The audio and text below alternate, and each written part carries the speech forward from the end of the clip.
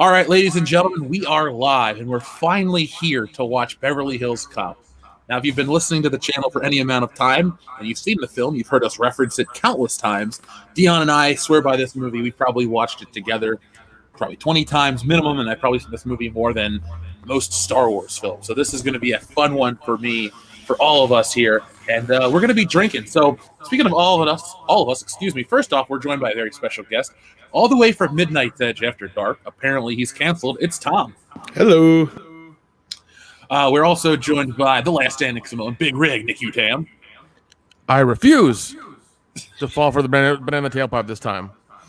Guess it, we're natural, bro. Look, man. Kendo too long. Yeah. We also have American Ramrod Kendo Slice. Hola and Bong Veneta. The one, the only Dion Green.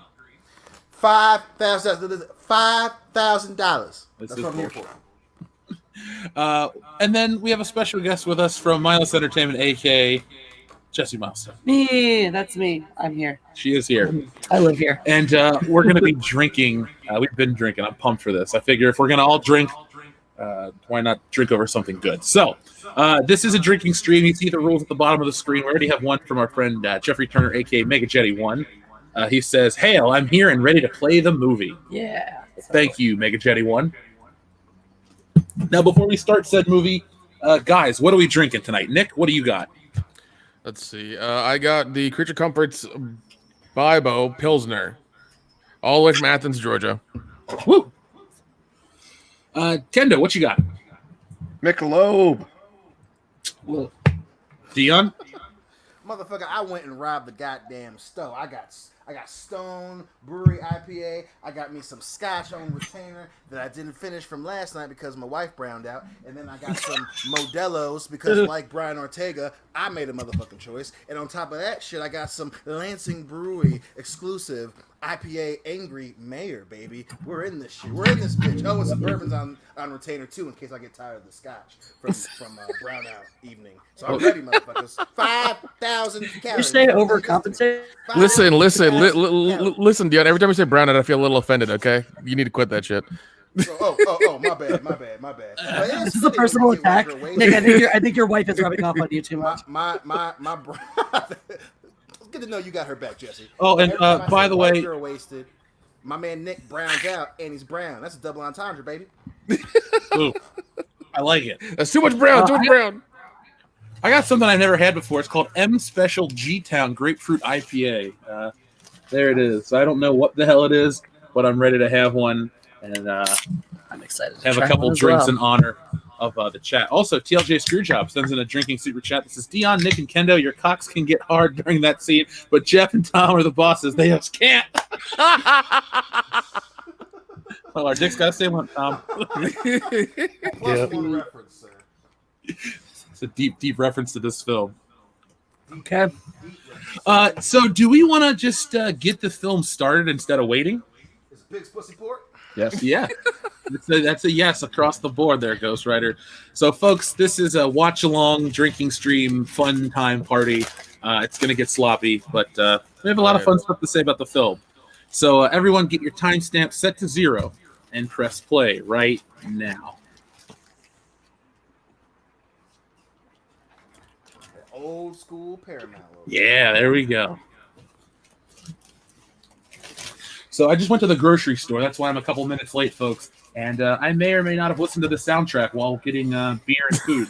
Such a nerd. Right, I am. That doesn't surprise me one bit. It should not. So good. He didn't even hear me say goodbye because he was already rocking out to before he left the apartment. That's true. Here we go. The heat is about to be on. Dion, can you feel it? A Martin breast. Woo! I was like, bye, sweetie, and he was just in a world of do. By the way, shout out to our friend Justin B6699, one of our longest listeners. Thank you for the years and years of continued support. So thank you. And a shout out to our friend Blue Watcher. Oh wait, we might want to turn the TV sound off. Yes. One of the greatest opening montages. Yeah. Nice to have you in Detroit in 1980. Yeah, okay. I don't even think that sign aged well. Didn't age well at all. No, not a bit. Oh, because I miss having a Pontiac. I do have a Pontiac. All right, I'm good though. Shit. No, you got a Cadillac. I got a Cadillac. It's a Cadillac. All right, we got another drink, guys, from our friend TLJ Screwjob. It's a $5. It says, and just how big of a B is Bridget Nielsen? Also, just finished Beverly Hills Cop 10 minutes before the stream. Hey, there you go. Damn, you're prepared. You're ahead of us. That old dude's probably dead. That's good shit. It is. This is a good one. Oh, man. Yeah, I might have to make a trip down to Athens to the damn factory and like get some of their beers, get some other stuff they got.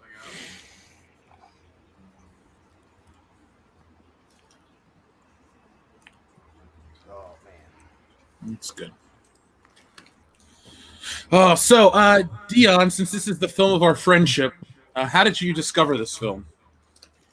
my mom, man. Like I said before, my mom was a huge movie person. I've told the story many times on the channel, but whenever, some weekends we would just have franchise weekends where we just watch all the movies in a franchise, and this was one of them, man. We'd have a day where we watched the first one and the second one. Sometimes we watched the third one, not all the time. But yeah, man, she loved this movie, which means my sister and I love this movie. Oh my god, I can't just watch one. But yeah, man, that's how I got it. Yes, Devin, go ahead and say hi. Nick, what about you?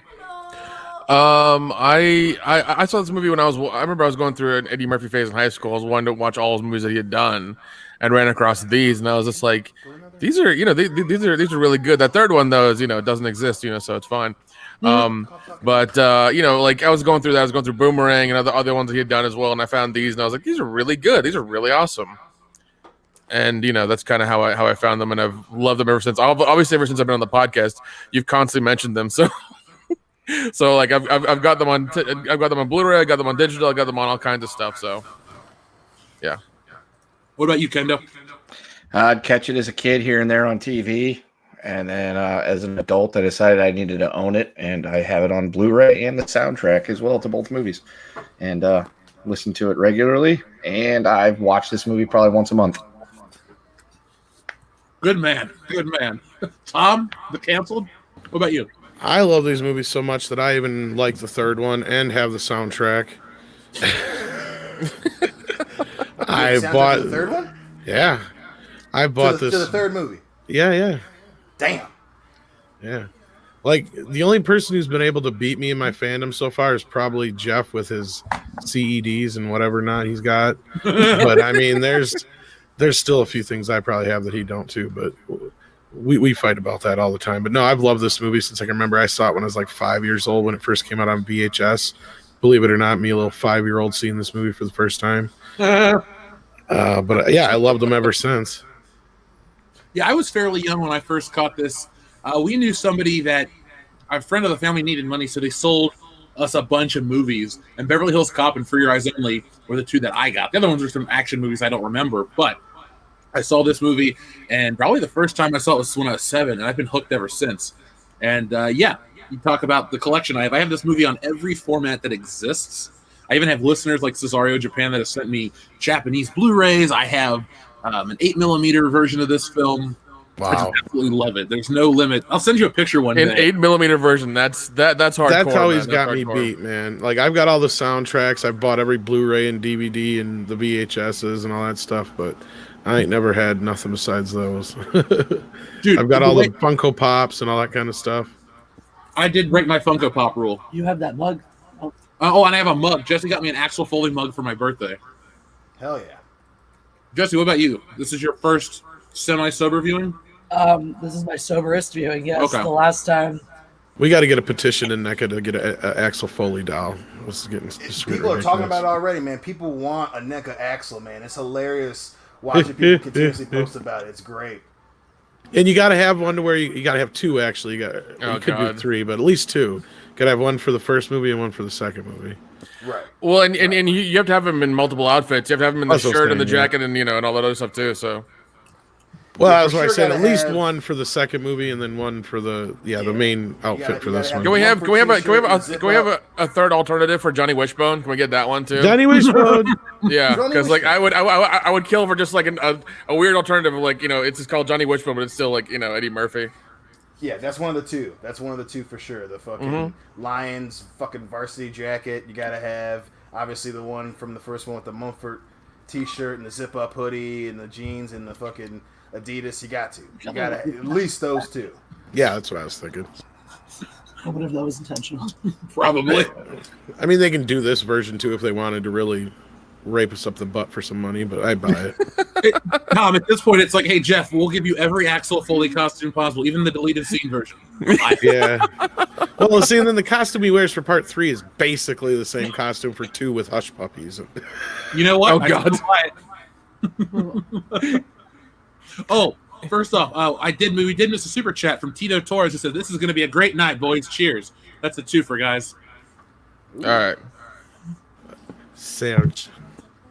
People saying I'm echoing. Hold on. We were still getting some echo, yeah. Is it from me or is it I think it's Dion. I'm not hearing any echo, in all honesty. Okay. It's not as bad as it was, for sure.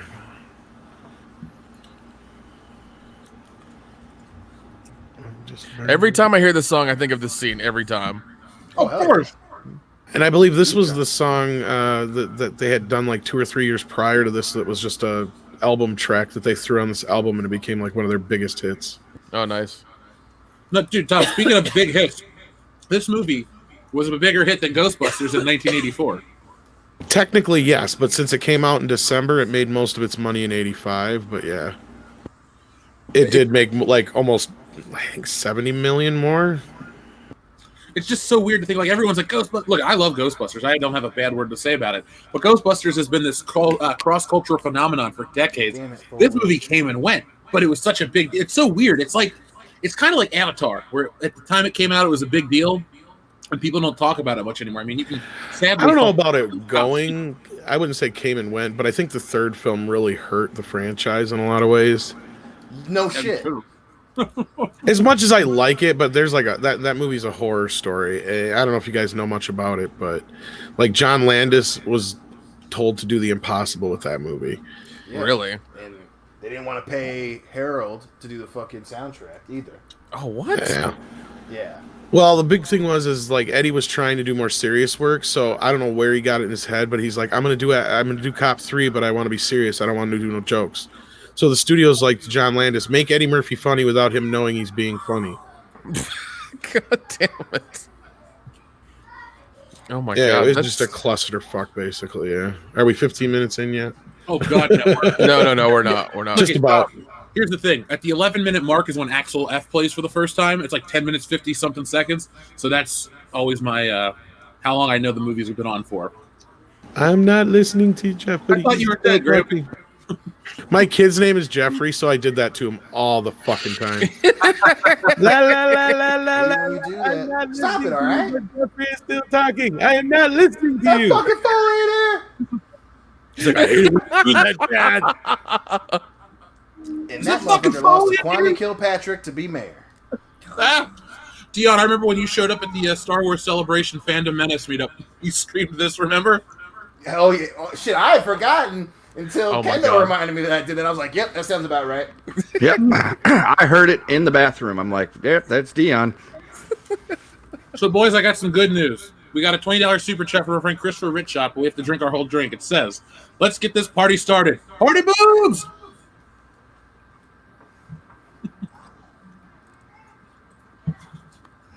That fucking boat went down last week.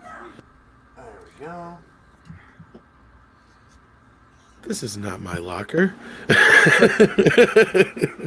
It was funny living in Michigan because when people would talk about shit, I'd be like, oh my God, that's like in Beverly Hills Cop. So I was like, oh, Dearborn. I know where Dearborn is now. Yep. You don't know every fucking thing, Jeff. And I'm tired of covering for your ass.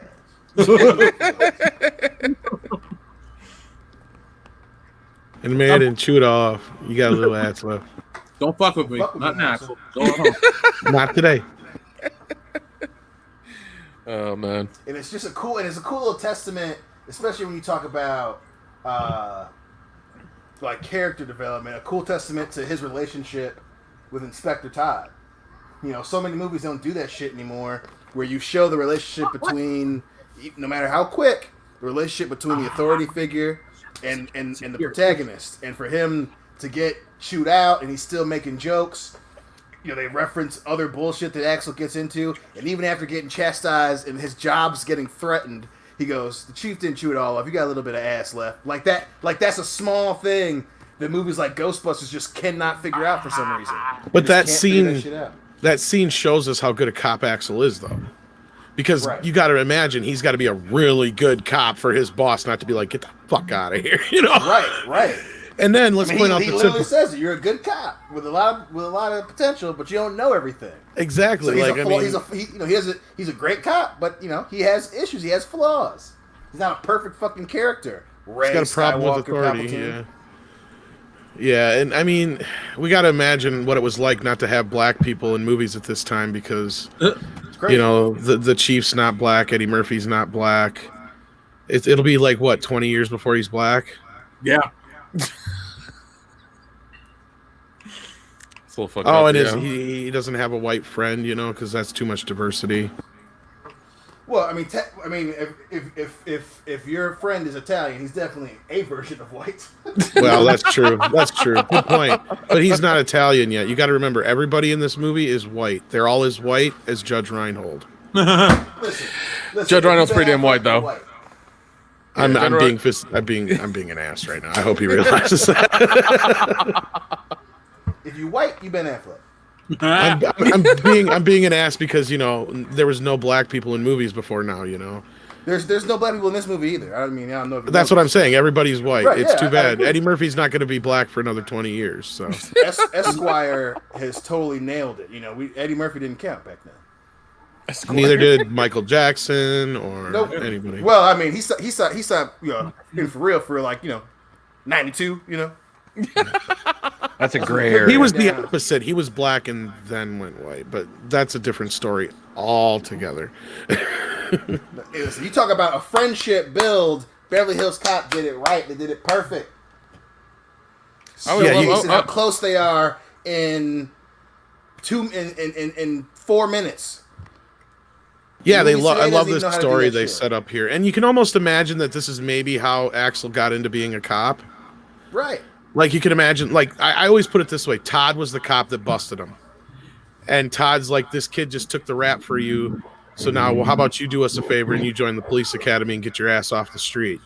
That's why I think they have the relationship they do. And that's created in my mind, but that's just an extension of the story they just told. You know what I mean? I mean, that's not far. I don't think that's far from inferring that, because we know Axel's a constant fuck up through these movies, and for Todd to constantly keep pulling for him says something, you know.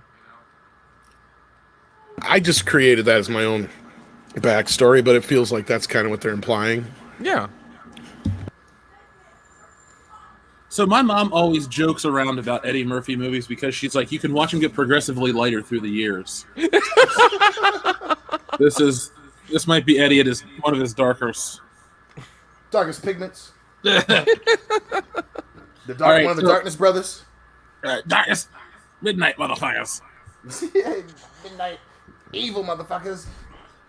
Speaking of evil, our buddy Tim Riggs sent in a $10 one. That's half a drink, boys. So I cracked a new one. I have 8 shots of Jack in, boys. Oh my god! Jeff came to play. Yeah, he's the Miz. Hold on. I'll read Tim's in just a second. We had a technical issue, real quick. No problem.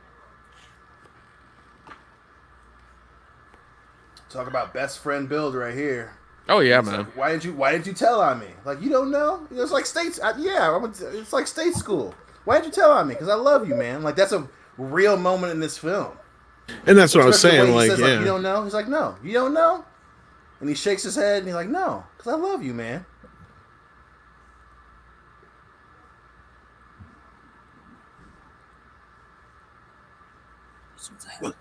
And it's the way that Mikey says it and then brushes over it.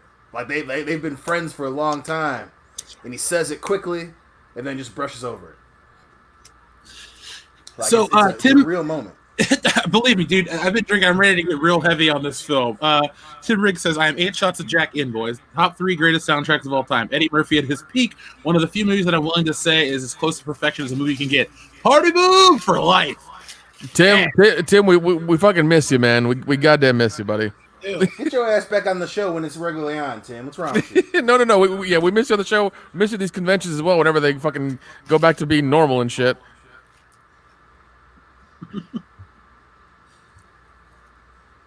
God, poor Mikey, man. Too dumb for his own good. Yep. Let's see. We got another one, guys. Screw by Steak. Keep on drinking, boys. Sup, bullshitter. Still working right now. Gonna be on call, but can't wait to watch it later. Take a big sip and settle back, boys. You've earned it. Thank you, Screw by Steak. Thanks, buddy. I gotta say, Leon, when you come out here, this grapefruit IPA from this local brew, I think you're really gonna dig it. Mark it down, man. Mark it down on the list of shit. I've never heard of this brewery either. G-Town? Neither have I. That's why I bought it. I was like, we always try a new one on a drunk stream. So everyone today now knows Jonathan Banks is from Breaking Bad, Mike Ehrmantraut. Yeah. But every time I see him, it's like it's the fucking guy from Beverly Hills Cop. You piece of trash, Zach. And Dino. And the guy behind him was also in Total Recall. Oh shit. Oh, Nick, I was watching an episode of Miami Vice a couple months ago, and Michael Tandino popped up, and he was a bad guy. I liked you better when you got shot in a hallway in Detroit. Oh God! Instead of banging Pam Grier behind Philip Michael Thomas's back. Damn, man. Oh, that's crazy. Yeah, that's a good show. I recently acquired old school. What is it? 1970s, 1960s Mission Impossible on DVD. Nice. So yeah, you guys are going to be getting copies of those in some way, shape, or form. My man. My man. Just letting you know, okay? That's why we appreciate the shit out of you.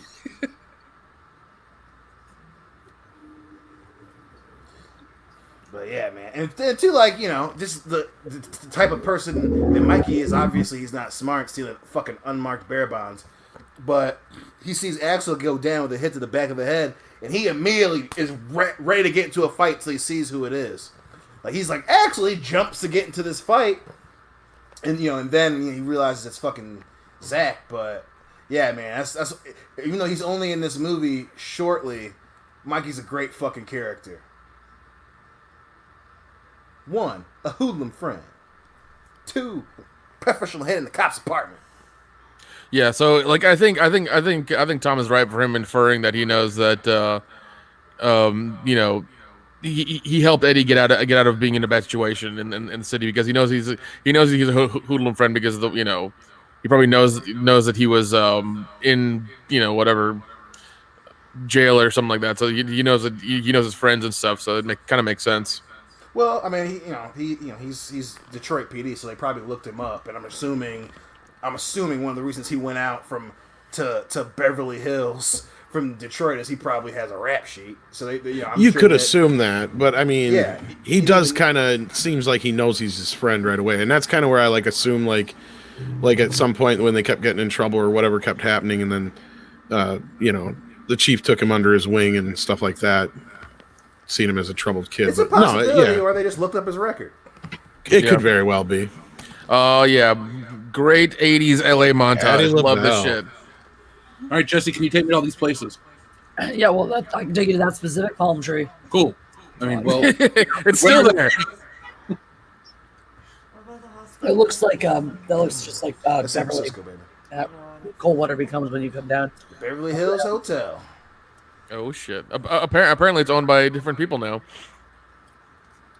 Well, the Beverly Palm Hotel, they don't let certain people in. So that one, when they drive by the Beverly Hills Hotel, that's where they do. Oh, which award show do they do there?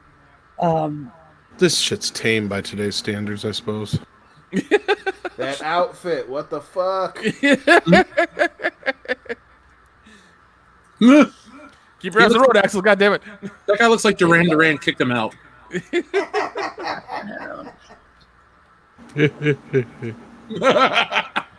So he's on Wilshire Boulevard right now. Okay.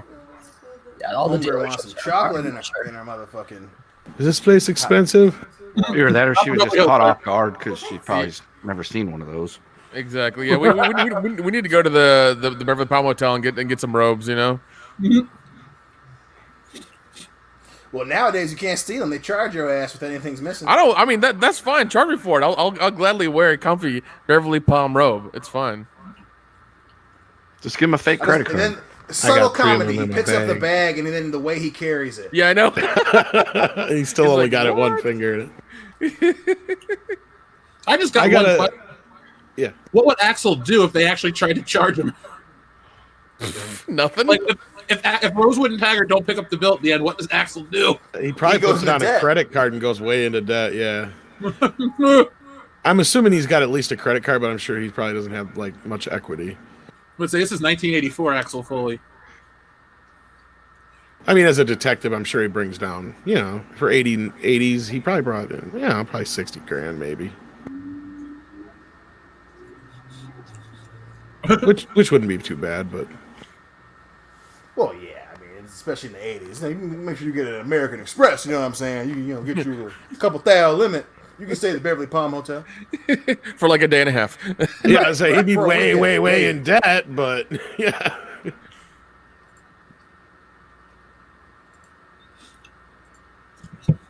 This scene would not fly today, which is Oh sad. hell no. Nope. It depends. It depends on who's doing it. If it's the flavor of the month, they probably would let it slide.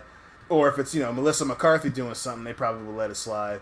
But not only would it not fly for what he says, but who else could pull this off today? Like in the 80s and maybe the beginning of the 90s. That's a small list of actors with the comedic timing to pull something off like this. Now, maybe one person. Maybe 2 people can pull this shit off. Problem is, Eddie's well, not the same You're pretending guy to be a anymore. cop who's also a really good con man. Like, come on.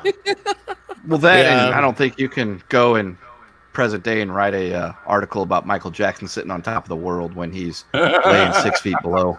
Hey. Well, you just make it Kanye or whatever now, but That's true. I think President Yeezy. Yeah, I think the President problem is that Eddie Murphy's just not the same guy he was back then either. I don't know if he'd do the same kind of jokes. That's what I'm afraid about with Beverly Hills Cop 4. I love this little in joke right here. Yeezy. I know it's wonderful. What his little his raw suit? Yeah. Pretty close, yeah. I never understood that as a kid. Even though I think they were like trying to dress more like Michael Jackson, but yeah. Because I think those guys were like real people walking down the street, from what I remember from the commentary. I've only watched the commentary for this a handful of times, actually. Well, it's because it's just Martin Brest, and when it's just one person, it can get kind of dry. Landon likes this movie. I got to give Kevin Smith credit. His commentaries are always pretty stacked. He's always got a ton of people. And of course, here comes Bronson Pinchot is Serge. Serge. Don't call me Serge. It sounds like it's a turd. Okay, That so dude had a whole career off of this scene. Like, how you doing today? Hi, I'm fine. How are My you? name is Serge. How can I help you?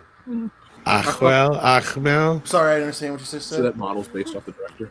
One moment. Balky Bartakamus in the house.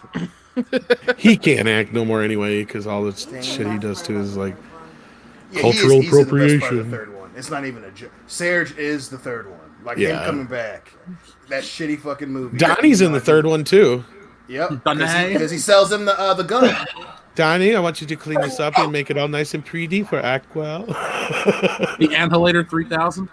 Oh God! Yep. The thing with the microwave on it. Yeah. The Annihilator 3000. Oh, because I studied myself. Like, not I want a prop of the Annihilator 3000 just to like have it. How ridiculous it would be to just sit somewhere. So Sad thing is, there's probably guns about like that. Oh God! is this Is it what? some of the 80s? Go.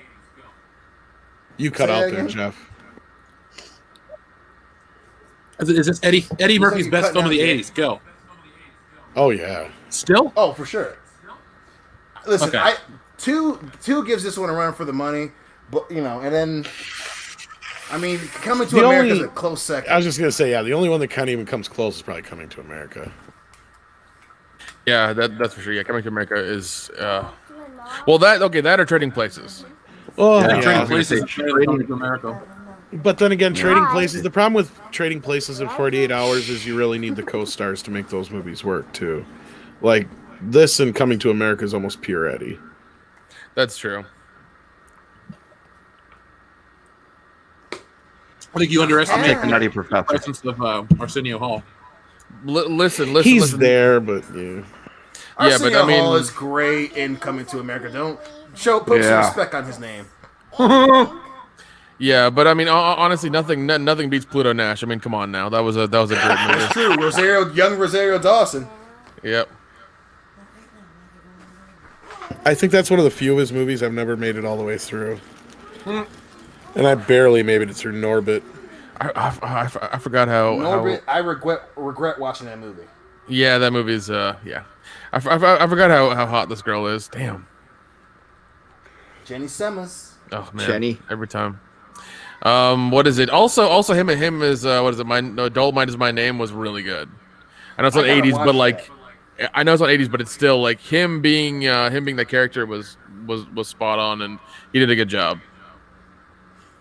Yeah, that was a good one. I feel like he got a little overlooked, like Oscar time for that. It did, and you know, I feel bad about that because I mean he was really trying. He wanted to tell the story, and you know he did a really good job. All right, guys, we got a couple super chats. We actually got quite a few. We're going to read 3 right now. I'm going to actually check out for just a little bit, Jeff. I'm really sorry, but I will be back. I promise. Yeah. Okay. I'll see you in a Get your few. ass back here. I will be. I promise. I had a prior engagement, Good man. and everything got overlapped, and I'm like, yeah. Sure. Learn Hurry to up, plan better. Because I thought this wasn't supposed to start till 5, because Jeff said 3, and I thought he meant 3 his time. So it's like, oh, that's 5 o'clock. I can do that. You know? Yeah, I didn't know it meant 3 o'clock All my right. time. But I'll be back. All right. Talk to you Hurry up, guys in a quicker. bit. Sorry about God that. delivers my life. This is imperative. Man, I'm glad that guy's gone. So, first off, our friend Jeffrey Turner, Mega Jetty 1 says, I wisely chose not to get Beverly Hills Cop 3, only the good 2. That's a $2 one, guys. Drink. But yeah, I agree with you. I have all 3 on Blu-ray in a pack, and the third one has never ever come out of its little clippy thing, nor ever touched a Blu-ray in my house. Yeah, same here, man. I got the Blu-ray 3-pack just so I could have them because I know whenever we're together we always watch them, so it's kind of, you know, I gotta keep that alive. We also have our friend Tim Riggs that says, sometimes y'all need to do a retrospective on how fucking amazing 1981 through 1984 was. Each year had 20 plus amazing movies. Ooh, shit. Definitely got to do something where we just go down the list. We might pick like the top 3 ones for that for each year and do one every other weekend or something like that. Just kind of have a drinking stream like that. We definitely need to do more drinking streams. I'm all about that life. Oh yeah. Well, especially because your ass ain't going to be able to go nowhere in California. I know, right? This is my bar night. This is my stabbing cabin. This is my fight song. Anyway. Jeffrey Turner, aka Mega Jenny 1, thank you very much. He says, Eddie Murphy lost his iconic laugh when the 80s ended. I don't think he does it in any other movie outside of in the 90s. I mean, outside of Night Professor, yeah. I mean, he does it when he's I keep wanting to say Reggie. Not Lucky. What's his character's? No. What's his character's name in Nutty Professor? I don't fucking know. Thanks, Hillary. I'm glad. Sherman Klump. No, his alter ego. Buddy Love. Buddy Love. Thank you. All right, Buddy Love does the laugh, but other than that, I don't think he does any other shit in the 90s. Hey! Describe all of them. What's wrong with Gun y'all? partner. So, I'll get this out of the way for now. When I found a bootleg copy of this soundtrack, I listened to it probably a couple hundred times before the official one came out. Dion remembers. Yup. Here's something you don't see. LA cops being nice to a black guy. I know, right? That's because it's Beverly Hills. That's because the cameras are rolling. Yo, my man in the background with the beige suit and the black pocket square, that dude is my fucking hero. That's a sharp ass look. That's gonna be you next year, Don. That's right, baby. That's gonna be Dion's convention suit. Yeah. I'm random white man number 3 from Beverly Hills Cop. Dion You know what? and I already have a have a That's right. cosplay in mind for the next time Yes, we we actually do. get to a Bill- convention. Bill and Ted. We ain't saying nope. Even better than that. That's awesome. That's awesome. That's right. Well, Nick, you and I need to do a two-part costume so that we're not left out. You know. Okay, fine. We'll be a horse. This way we can screw with Dion. We could be Ralphie and Schwartz from A Christmas Story because we look There just we like. go. There we go. Okay, I'll get a onesie and a BB gun. We'll do this. Yes, this is the actual Beverly Hills like City Hall Plaza, where they have the police offices and stuff like that. I've always wanted to go there. You can. I've been there. Cool. What did I go? What was I Well, down there? just go to Beverly Hills and get arrested. Hey, I had to Too go. bad it's not there anymore. Something sometime. So this is That the was a first Starship movie. Troopers reference. If anyone didn't get it. What for Clendoctu or whatever? No, when you were like, it was Vegama Beach. You were like, I always wanted to go there, and I said, too bad it's not there anymore. oh God. I would have assumed very that Jesse very subtle, would've but gotten it 'cause I thought that I she loves Starship Troopers. We're gonna watch it one of these days. Jesse hasn't seen it. Sorry, seen what? Starship Troopers. No, not yet. Sorry, I'm very engrossed in the film. Taggart and Rosebud. That's right. It's Rosewood, It's sir. Rosewood. Rosemount. Rosemont, Roseweed. Shut the hell up, you degenerate! Lutz is the best part of two. Oh, okay, dude, yeah, guys. he We has gotta- a lot fucking lots. Okay, we got a $10 one. Get ready to take a big old drink. Half your drink. Bleezy Bird says, how do you feel about Razorfist on his stream yesterday saying Lucas would not have sold Star Wars if it weren't for Red Letter Media's prequel reviews and people in the prequel versus George Lucas documentary? You know, Bleezy Bird, I'm really glad you asked me this question because I don't really ever feel the need to just blindly agree with a lot of YouTubers. But Razorfist, for the most part, he and I seem to have similar views on things, entertainment-wise. I don't really follow enough politics to have a strong opinion. But I do feel like George Lucas got burned out by some of the stuff. And I will say this. A lot of people quote the Red Letter Media Star Wars prequel reviews as scripture to the point where it's like there's just like one set of criticisms for the film. And while I think the videos are good and have a lot of merit, I think people in turn do not form their own opinions on the film, and it's an echo chamber. It's a regurgitation of the same arguments made by The one Mike. that drives me crazy is people always parrot his point about there's no one main character. Who's the main character, huh? That doesn't make it a bad film. Ensemble films have existed for forever, and that doesn't make them bad movies if there's no one single protagonist. Yeah, Stand By Me, True. Goonies. Come on now. Exactly. It's a BS It's a BS criticism. I no mean, one bothers to think it's, about it. it's a good criticism of the Phantom Menace. That's a terrible example of an ensemble film. I mean, it's not. Yeah. It shouldn't have been one, but not having one central main character is not a thing that makes it a lesser film. I don't think that's one of the reasons. I don't think that's While any. I I agree, think that's all why the Phantom Menace suffered. No, I agree, but it's definitely a testament to one of the many problems of that movie. Having multiple characters definitely didn't help it. Oh, yeah, throwing shit at a wall and seeing what sticks is not necessarily the greatest formula for filmmaking. Right. But one of the things, I actually think that there was something that it probably helped the film having your two best performing actors kind of split up for a lot of it.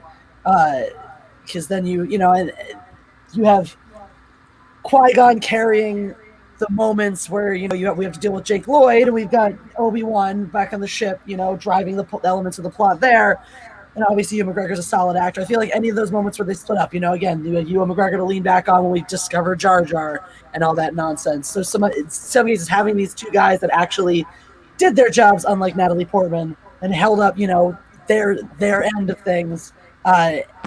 Splitting them up meant that each part of the movie they were in was a little more tolerable.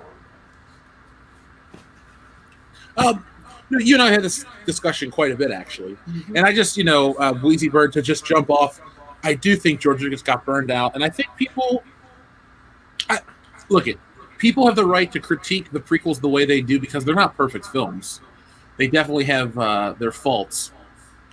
But I do think that's what burnt George Lucas out. I mean, the People versus George Lucas, the documentary about, raping our childhoods from those. Look, those movies technically were my childhood, at least the first one. I didn't like it, so I just choose to ignore it.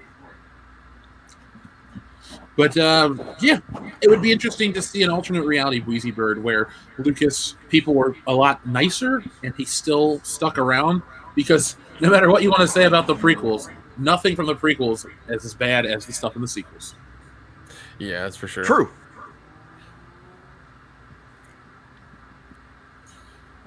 Let's see. What up, Dr. Coffin-Nails? Another one, guys, from Logan Michael Anti-Funko Pop. He says, when it comes to Beverly Hills Cop figures, I can realistically see Super 7 making a line or NECA making a retro cloth.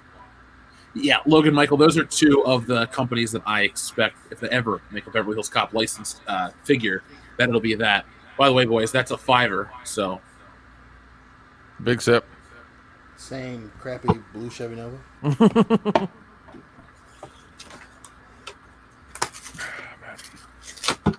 Here, we'll try the cider. I do love how Bogomel's also in RoboCop. Like that makes me happy. And Total Recall. And you're right. He's in And Total Recall as Deliverance. well. And Yep. I was about to say, Kendo, wasn't he in Deliverance? He was.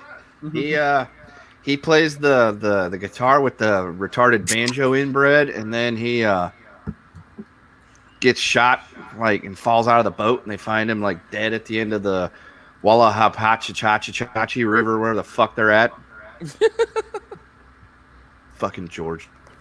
But yeah, that's one of the things that Paul Verhoeven was scared of for RoboCop, was because everyone was so used to seeing him be the good guy or the dad figure, and Ronnie Cox really wanted to be the bad guy for RoboCop. That's why he goes dude, he so pulled hard. it heel. off, man. He pulled it off really well. He turned heel amazingly, because he's such Who cares if He was it the third worked? man. He's such an asshole in that movie, and he plays it so well. Yeah, man. Kendo, we should offer an award to somebody who can listen to your little references and get them all right during a show. I'd be very impressed. I agree. We're about to get to the iconic banana in the tailpipe scene. Would you guys argue this is the most iconic scene of the whole film? Yes. Yes. It's been parodied so many times. Yeah, I'd say it is. Yeah, it was even in the Clerks cartoon, wasn't it? Yeah, I was going to say, Kendo, Yep. remember that Clerks cartoon? Yep. When Judge Reinhold's dreaming about Axel kicking in the door and being like, Billy, I need you. And they run off, and all this is them going around fucking sticking bananas in various cars' tailpipes. That joke is better than anything from the first couple seasons of Family Guy. Because Clerks was a really good cartoon that just never got a fair shake. Yeah, that happens. I agree. But their mistakes were made in terms of the broadcasting of that show. Yeah. Let's see. We got Fat Steven Seagal beat up Ryan Johnson. Who says, I can't get the grilled cheese out of my VCR. FML. Oof. Bro, I'm so sorry. Jenny Summers, you stay on that bed. I'm gonna be back in a minute. Here we go. I love You realize how- she's like 60 something now. She's in Dion's wheelhouse. Yeah. Okay, that's fine. He can have her then. Lisa Eilbacher. So the messed up part about this film, even though it doesn't show up on film, is that this was originally meant to be a film with Sylvester Stallone. But the script got a little out of hand. It was too expensive. So Stallone stepped away and Eddie Murphy comes in. But Lisa Eilbacher was supposed to play the love interest, but the studio didn't want to have an interracial love interest, so they just made her a good friend from his past. Which kind of... Damon Wayans. Yeah, there's Damon Wayans. See, that's what Eddie Murphy used to do in all of his old movies. Give young comic actors up and coming, give them a chance. So we have Chris Rock in Beverly Hills Cop 2. Yep. This looks great. And the fucking maitre d' looking over, or the waiter looking over and just winking. That's a subtle joke, man. I love it. Like, no one else does this shit. Should have just kept the sandwich, Billy.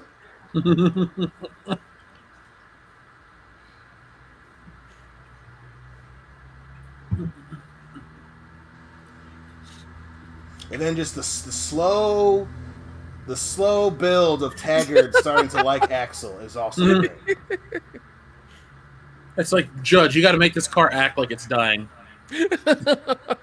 Just put both feet on the brake and the gas at the same time. So it happens. I thought they actually did stuff the tailpipe with bananas. All I I think know they is actually that, did it. all I know is that I want to try that to somebody I don't like. We can arrange that. Just when you hear glass and shit breaking, just know it's me breaking in the building. Jeffrey Turner, aka Mega Jetty One, says 80s montage scenes need to make a comeback. I'll go with that. I agree. Listen, man, there's a real good one in Once Bitten. All right, really good one. That was for two guys. What's up, baby? I like how her hair changes in every scene she appears. It does. It's weird. That's a priority in the 80s. Beverly Hills. Touche, sir. Touche.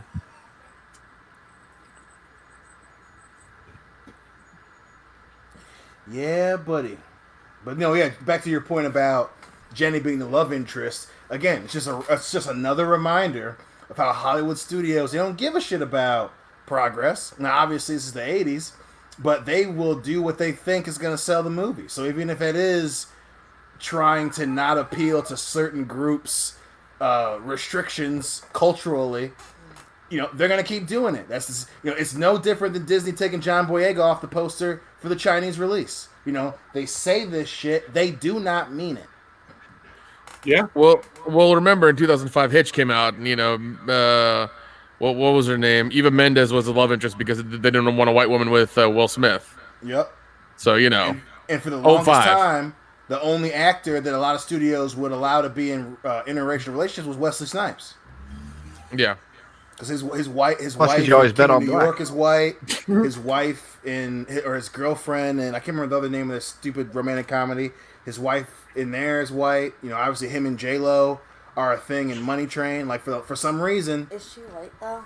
no, J-Lo's Latina, obviously, but for some reason, like Hollywood would pick and choose who was okay to be in interracial, well, specifically white-black relationships. Oh yeah. So, just anytime you hear someone say, "Yeah, Hollywood cares," they don't fucking care. No, Yeah. not one bit. They'll yell and scream and shout to the rooftops that they care, but they really don't care. They want your racist uncle to spend his dollars to watch their movies too. Oh yeah. God, this music is just so good. I've seen your car. Oh shit, that's cold. But also, it establishes their relationship. She doesn't show up until 20 minutes into the movie, and a quick establishment of how close they are as friends. They're essentially in a chase, and he's like, "Give me the key." She goes, "No, you're not driving my car. I've seen your car." And instead of him getting mad with her, he just goes, "Damn, that's cool." Like that establishes their friendship. Oh yeah. The dialogue they chose for Jenny and Mikey was perfect because it's exactly just enough to just establish their relationships, for the movie and to kind of to move things along perfectly. Like it's really quick, it's really to the point, and it does a good job of establishing those characters. Yes. Well, not only that, but it's a testament to the actors. Like sometimes you just trust your actors to do their job. They don't have a bunch of dialogue describing the relationship between Jenny and Mikey, but her reaction when Axel tells her that he's dead, boom, it shows you right there. He meant a lot to her. She's about to start crying. She's very upset. She's so upset she shoos Axel out of her office. That you lean on your actors and actresses. Let them do their fucking job.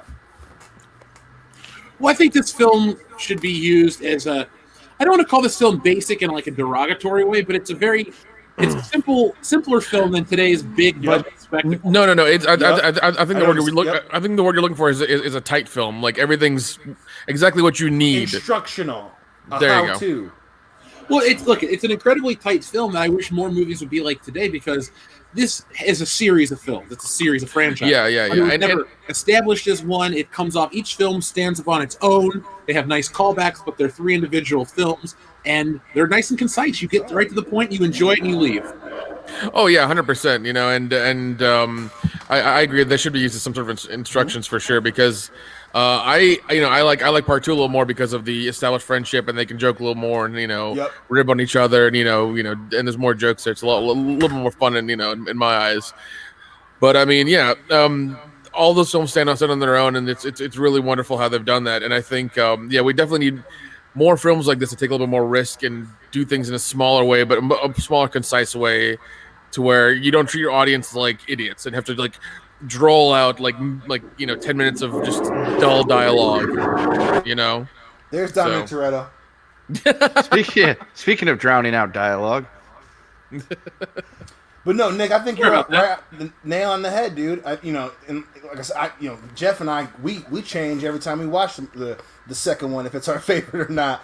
But that's a perfect example. And it's weird because especially when you do films like 2016 Ghostbusters, like what if there's one thing you copy from that film, from Beverly Hills Cop, from the original Ghostbusters, you should film the intricacies of that film and how quick little details say so much. So, to Jeff's point, if you're making a one-off film, or even if you are making a film that you hope becomes the start of a franchise, or at least a sequel, do what Beverly Hills Cop did. Don't copy the same jokes, but you copy the intricacies, the little bits, the character builds, the relationship between characters. Taggart, beginning of the movie, punches Axel in the stomach. There's no greater definition of a dislike for someone than you show one character punching the other one. I hate you so much right now, I'm going to hit you. But then, later in the film, he's leaving the Beverly Palms Hotel, and his eyes are all glassy because they're good friends. They got into a firefight, and he misses this dude as he's leaving the fucking show, the film. Like, you copy that part. And it's just so weird that people get paid hundreds of thousands of dollars and don't do that. I love the running joke in Beverly Hills Cop 1 and 2 about they gave me a match. Because remember in part 2? Yep. Okay, hold on. I'm starting to feel the booze just a smidge. We got to keep drinking. Right I want to feel it. So, first off, we have Cubby Bear. Cubby Bear says, Slancha Matha, Slancha Va, Scottish cheers. Well, cheers to you, my friend, Cubby Bear. Hold on, where's my... There's my camera. Cheers to you, Cubs. Cheers to you, buddy. Ba-boom, ba-boom, ba-boom. Yeah, and I mean, like, talking about Ghostbusters, I watched it, the limited edition version or whatever, and watch the deleted scenes as well. And like, you cannot put those deleted scenes in that Ghostbusters movie because you will mess up the flow. It is so tight and so well edited that you cannot add anything more to it. You will mess it up regardless. Yep.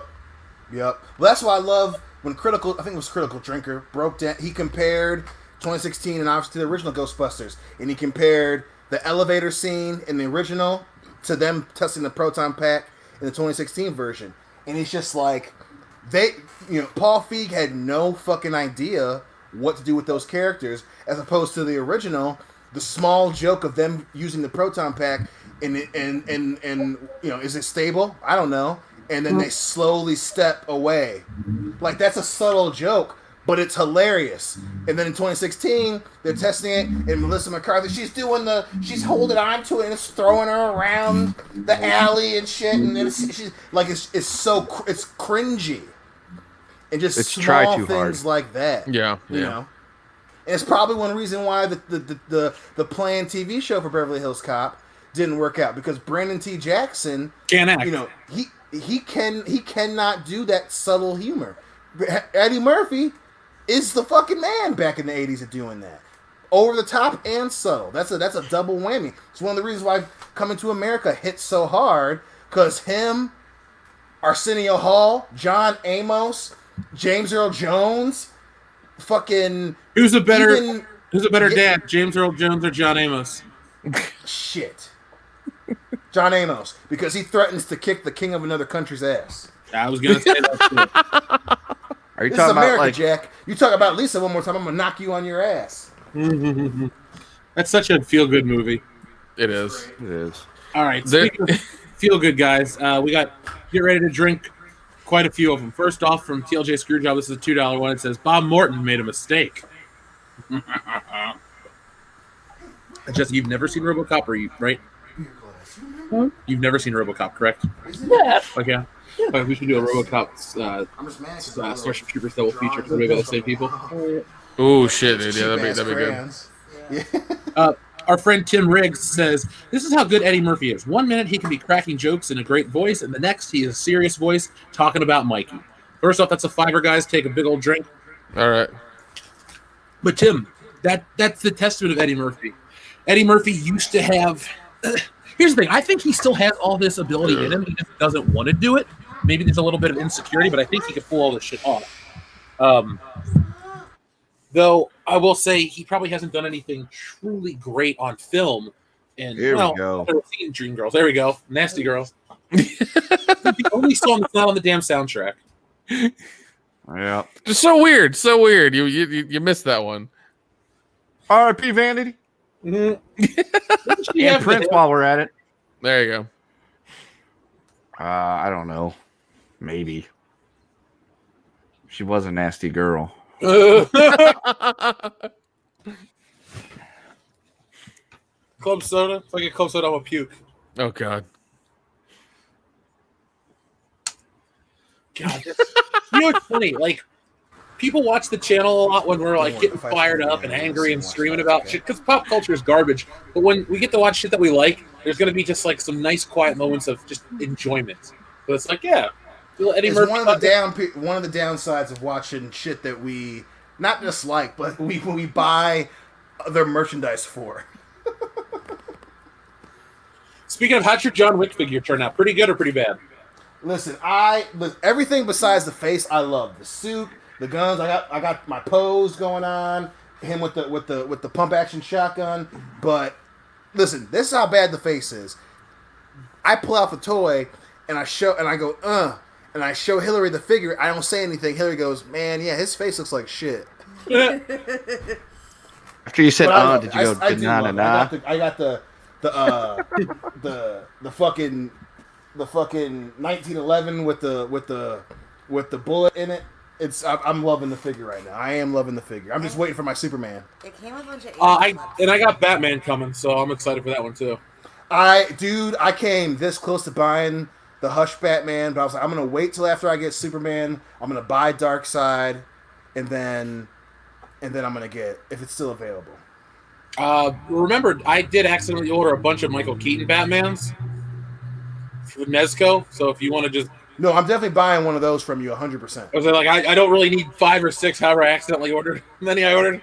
So yeah, Listen, I'll just... I'm 100% gonna buy one off. It just makes yeah. I'm not trying to make a profit. Put me down for one. All right. Yeah, man. If you got 3 extra, man, I'll take one too. Why not? You know. Listen, I got your PayPal, baby. I'm gonna pay you for one of them. Yeah, definitely, 100%.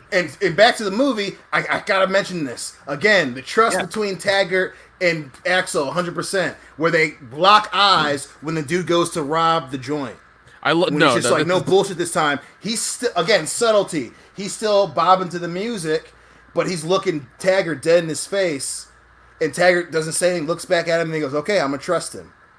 Yeah, and like at that point, there's a switch in trust, the switch in him being like, "I'm a cop, you're a cop," but this is a situation, get your game face on, kind of thing. And it's at that point where Taggart, I think, doesn't hate him as much all of a sudden.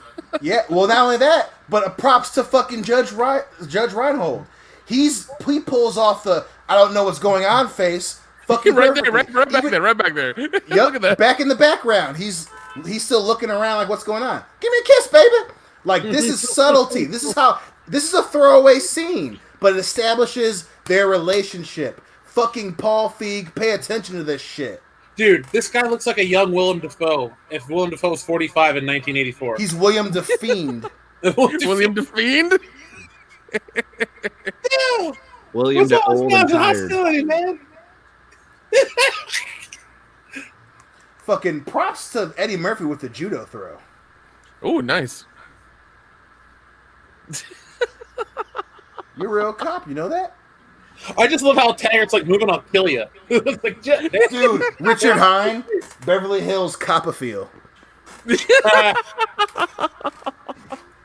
Oh shit. Let's have another drink, guys. Dr. Coffinails says, I think this movie would work better without the romance. I think this movie works better without the romance. The real romance is between Axel Rosewood and Taggart. Smiley face. That's a $5, guys. Of course. Yeah, it's true, and also throw a little bit of love at Bogomil as well. You know. Yes. Yeah, it's a bromance. In the scene where Eddie was so funny that Taggart has to cover his face from laughing. I think Rosewood fucked himself. You know what's crazy about this movie is like we're probably halfway through it. Yeah, we are. Damn, dude, it only feels like we just turned it on. Well, now you guys got me looking at John Wick figures while I'm watching this movie now. Dude, we should do one. Look at one of these Saturdays. We should do John Wick 1, 2, and 3. Ooh, 100%. shit. Okay. Because, like I said, it ain't like you going anywhere. No, I'm stuck in. Yeah, there I'm is. just gonna emotionally abuse you and make you do watch-alongs with me while you're stuck at home. Oh no, I gotta watch movies with my best friend in front of hundreds and thousands of people because they like our channel. Boo! God. No. Fuck you, right? First world problems. Best friends forever. Best friends forever. Oh God. The Super Cop thing was working, but y'all had to fuck that up. Fuck up a permanently good lie. And then just Eddie Murphy's face here, where he's just like, God damn it. Just like, look. And again, subtleties. The three of them are acting like they all work for the same police department. Yeah. I mean, he's acting like Bogomil is his boss here. Like, what other cop movie, since we've been adults, does that so well? And even though, and that's one, and again, fucking Ronnie Cox. Subtleties. He's half laughing at Axel's bullshit. And he chastises him like he works for him. Even though he says, hey, if you want to practice police work, you know, do it back in Detroit. But he says it like he's yelling at one of his own officers. I mean, that's gangster acting. Fucking Paul Feig. What were you doing? Just watch this movie, fucker. If you keep saying his name, you know what's going to happen. He's going to try to remake this movie. God, yeah. Listen, if I want to know how many times. actually How many good- times has Dion said his name so far? How many times? 3? A lot. If it was Beetlejuice, okay. you would have summoned his ass by now. Yeah. I may have said it. And he'd 3 already be times. rewriting I'm the blowing movie up. Maybe called- for Paul Feig, maybe 9. I don't know. Maybe 9. He's an odd fucker. So. Yeah. I was going to say, he'd already be rewriting the movie, making it star Melissa McCarthy. Jeez. Listen, anyone that thinks that shooting the Stay Puft Marshmallow Man in the nuts is a funny joke, you deserve a punch to the There chest. wasn't even the Stay Puft Marshmallow Man. It was just some ghost figure that that fell into the symbol. That's all it was. I thought it was a ghost Stay Puft Marshmallow Man. I don't No. know. I only. I was really drunk when I saw that movie, so if It was wasn't it that, was I stupid as apologize. hell. That's what it was. Yeah. Killer All right, Mac, so- what's up, man? I love this part. All right, so he got Dr. Coffin nailed. We read his. Justin Proper says, disturbing the peace. I was thrown out of a window. That's a $5 boys drink. Oh shit. And then we'll drink the next 2 because we'll be all caught up then. First off, right. Tim Riggs says, we're closing in on October, boys. I still want a werewolf week, but I'll settle for a drunk stream of The Howling. Ooh, shit. Ooh, Nick. We may have to bring together 3 werewolf films. We'll talk to the guys. I mean, we'll have a conversation, see what's up. But I think the Howling and Werewolf in London are gonna have to be 2 of them. We're gonna have to pick a 3rd one. 3rd one might be Silver Bullet. I don't know. Now, Silver Bullet's good, but you gotta trust me on this one. Dog Soldiers. I fucking love that movie. I'll give it to you. You gotta should make trust our me on own. this one, Nick. You especially would love that movie. Yeah. All right. I'm down. I'm entirely down. I'm entirely down for Yeah. that. And then our friend Horace Cock Johnson sends it a $2 with no message. So let's drink to Horace Cock Johnson. Thank you. Horsecock. So should this make our coming own up here is my werewolf movie. favorite music in the entire movie. American No, Werewolf in it's right here. Kazakhstan. You motherfucker. All right, here we go. Well, guys, I've seen enough. Oh, I've seen enough. You love it. The fact that you didn't hesitate when you said that. All right, we got a 20, guys. We got to chug a whole drink. DeLorean. Yeah, DeLorean. What the fuck, DM? God, come on, dude. What happened? His fucking super chat. Oh, DM. I thought you said Dion. I was like, what'd he do? Oh, All right, easy, guys. Unc. Don't be trying to protect this kid. His ass is getting in trouble. Yeah, well, you know what? It's fine. It's fine. You're the dad. All right, boys. Chug along.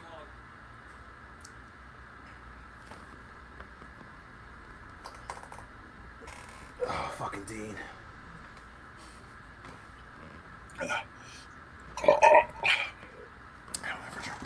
I missed the whole thing. What's going on?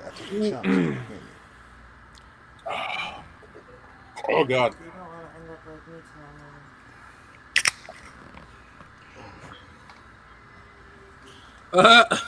Hey, we got another one, guys. Oh, come on. Dion, you're gonna get, dude. It's what is it? 5:14 where you are. You're gonna get sloppy drunk before dinner, and Hillary's gonna have to take care of you. Well, it's bad too because there's a fight on tonight. I'm gonna be shit faced, Excuse and me. then I'm gonna watch violence and then get more shit faced. And DM and fucking Punnington 2 over here get me fucked up. Oh, don't worry.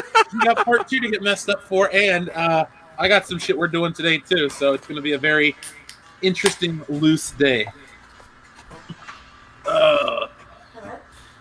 People were liking your idea for dog soldiers, Dion. Trust me, you guys. Hey man, listen, our fans know I'll what's give up. it to you, man. I'll give it to you. I got faith in you, Dion. You know that. I know you do. I'm just saying I ain't never gonna lead you or the fans astray. Y'all know what's up. Trust your boy Dion. Yeah, if you guys are down for a werewolf stream sometime in October, we'll do it, man. We might even, I don't know, we might get Tim Riggs on and see what's up. I'm down. He's a cool dude. That Yeah, that man. was my favorite line in the whole movie. What Last can you time I put? parked this- No, the last time I parked my car here, all this shit happened to it. I think that might be my favorite one as well. I love this con so much. I love because like he does a change in like stance immediately Yup. and voice. Like Yes. it's just so quick. Oh yeah. Her percent on Glenfix 10. Well, this is the thing, though. Tim. I'm surprised people aren't coming after this movie as being offensive because the gay stereotype, how he gets past whatever. It's just like, it's the 80s, okay? To be He's fair, being a- most of well, the people that are the woke scolds on Twitter have never fucking watched this movie. Yeah, they No. don't give a shit about it. No, it's the opposite. They have watched it, and they love it so much they don't want to fucking. Well, Eddie Murphy's not like that. You know, because they're fucking wishy washy. They don't believe. No, you know, that's true. and, That's and, true. and obviously it's one of the sayings of the channel. They don't believe that shit all the time. You know, they don't want to go after Eddie Murphy. They don't want to go after this movie. Oh, by the way, Jeff, I just had a cracker, and it was the best cracker of my whole life. Was that a Ritz? Was that a Ritz? Okay, And yes, so I am actually having Ritzes. I'm going to give you guys a quick break. We're going to read the next two from Dean and Adam Wofford, and then we'll have the big chug-a-lug. So first off, a $2 from Dean Heiss, who says, I'm not going to fall for the banana in the tailpipe. Thank you, Dean. It's a distraction. And then our friend Adam Wofford, who says, The Howling, An American Werewolf in London, and Bad Moon. That's my favorite you guys should do. Oh, bad Definitely Bad do Moon. one of those. I've never seen Dion get so passionate about a horror film. I think we kind of have to do Dog Yeah, if Soldiers. he's getting worked up, man, I'm down with that. Trust me, it's probably you guys know the Thing is my favorite. Dog Soldiers is probably my second favorite. Ooh, I shit. love that movie. I Dion, love if To be you're willing fair, to he go- does get worked go to up a bat lot, for it. though. Dude, if you're going to bat for it that hard, I'm going to watch it, of course. Yes, trust me. Fuck it, Just it's trust happening. me, you'll love it. Dude, you don't have to be Jake the Snake Roberts to tell me to trust you. I already do, all right? Trust me? Do you trust me? Do you trust me? All of a sudden, fucking snake bite That starts playing, and reference is why Dion we're comes best walking friends, down. Dion starts walking in the room wearing some neon ass leather pants. Boy. Those are his PJs, damn it. Listen. Eventually, when we make it big, I gotta do a Jake the Snake. I gotta do one. Of course, the pants are coming out. The mullet is coming out. Oh my the God. John 316 Bumplefipin is coming out. Well, those are two different eras of Jake the Snake. Hey, it's all the snake, baby. It's all the snake.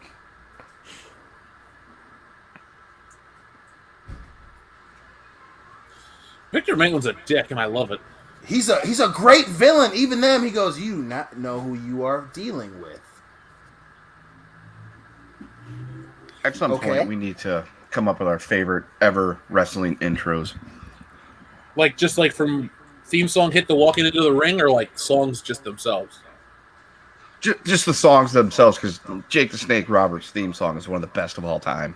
I agree. Do you want to do that for our next wrestling get together? We have to do it. You have to have at least like 25, because we're gonna have a lot of similarities. All right. Well, what I'll do is when we do the list, I'll edit the music into each one. Okay. So what we'll do is like you give me Yeah. your lists, and I'll have the music play in the backgrounds. Deal. I All like right. it. So I don't know if I said this at the beginning, but this movie is the first to have GPS in it. Honestly, at this point, it was a made-up concept, but what they talk about is what would be developed into real-life GPS. That's true. And then Bad Boys 1 tried doing it again. So Well, It was a good movie. it was still pretty cool the way they did in Bad Boys. It's just weird that in Bad Boys they're like he's calling the station and then they're telling him where to go. Where it's like it's the '90s, they would have had computers in their fucking like portable computers to give them. You know, Yeah. But whatever. Taggart drinks tab. Huh. But again, even here, you know, they again the way that that they film this scene, it's like a fucking police briefing. Even though he's gotten over on Taggart and Rosewood, he's gotten over on the other detectives, and he razzes them like he works there. Don't I know you guys from somewhere? And then they all stand like a police briefing. They let Axel talk. Fucking Bogomel takes a minute. He's thinking. He looks back at him. Okay, I trust him. And then he starts talking to him like a colleague. Yeah. And I mean, it's by the like time we a- get to that second movie, they carry over the friendship so well. Yes. yeah, because Bogomil calls them. They're about to go fishing and stuff like that in the beginning of it. So I was going to teach you how to fish. yep. Well, and that's a great thing to bring up, Nick. So, obviously, we're going to watch it.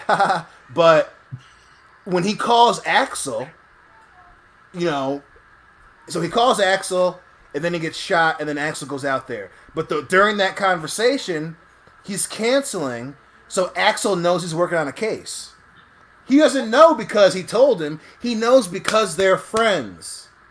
It's like if I called Jeff out of the blue and canceled something, and then something happened to me, you know, Jeff's he would know. Like that's a great way to show a friendship. You know when your friend calls you and something is wrong. And that's a great way to establish the relationship. They do that in this movie. They do it like 4 times. The second one, you know, they do it the one time, and that's the whole movie. Is this huge friendship, you know? And it's just, you know, as much as I stick up for the '90s, that's why the '80s are such a great job, because it's not just because they have great characters. The '80s focused on relationships. Yeah, friendships in film. You know, but the buddy and buddy cop was a huge element of the success of these films. Yes. All right, well, guys, it's been long enough. Get ready to chug a drink from our friend All right. Pudding Tang 2. Guys, Axel Foley is cool, but he's no Action Jackson. How do you like your ribs? Yes, D2 ribs.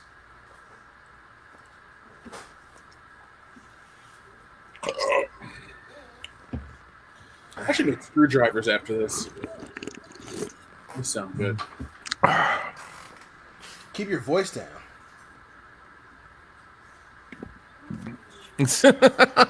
Yes.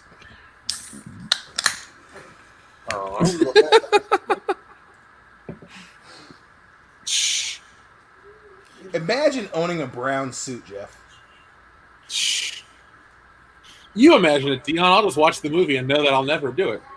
Brown suit. Jeez. So just a foray into our friendship, listeners. Like one of the reasons, obviously, you know, James Brown's probably Jeff's favorite character. But one thing, whenever he comes, especially during New Year's, we talk about like the fashion of the film, and we always laugh about certain parts of it. And the one thing we have consistently agreed on, Bogomel's suit in this movie is ugly as fuck. Yeah, he dresses like a cop. fucking 3-piece brown suit. What in the world? Well, he's gonna go work at the bank. That's what it is. You see, he looks like he works at a bank. Yeah, he's gonna go be the bank manager for for the day. I think you're going a little fast, Blue Watcher. I think he looks like he's Ed Rooney's brother. They're both going to be high school principals. Ed Rooney.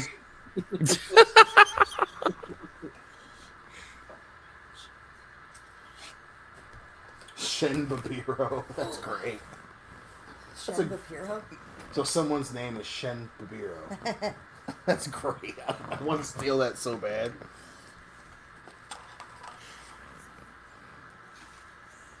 I do. think, I can never remember the actor's name that plays Maitland, but I think his Steve Burkhoff, yeah. Yeah, I think his IMDb picture is from Beverly Hills Cop. Dude, he only did 2 things of note: this and Octopussy. Well, he's because he's a theatrical actor, or theater, stage. Thank you, theatrical. What the fuck, stage actor. I mean, this is theatrical acting. Technically. Yeah, and this scene is entirely frightening of him because we know what he knows, and she's trying to get information he's trying to get information out of her, and it's just kind of like, is he going to shoot her in the face, or is he going to like kidnap her? Like, what is he going to do? Yeah, and he does a great job. And they're both lying to each other, and we're just seeing like what happens. Yeah, he's menacing, and she's protecting the hero. Like him pretending to read the magazine is such a that's an OG move right there. And then fucking Zach's just staring at her.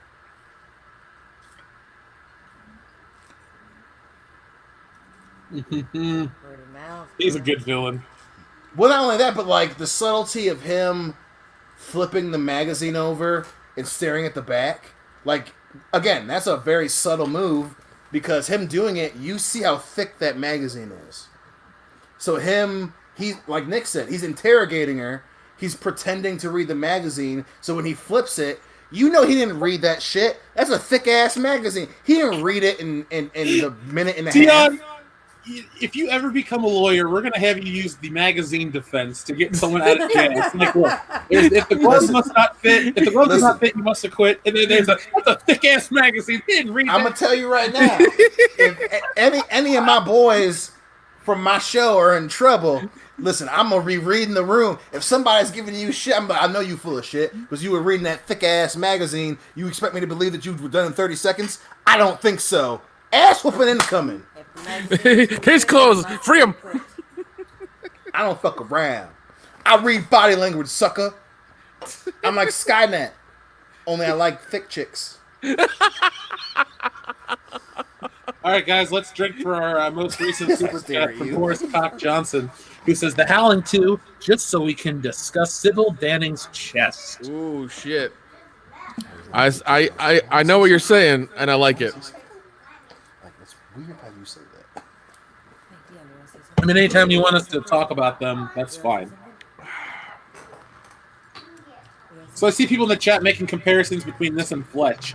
Well, they weren't made by the same people, folks. Harold Faltermeyer did do the music for both films, and Fletch was his film right after Beverly Hills Cop, so there's definitely some crossover in terms of style and aesthetic.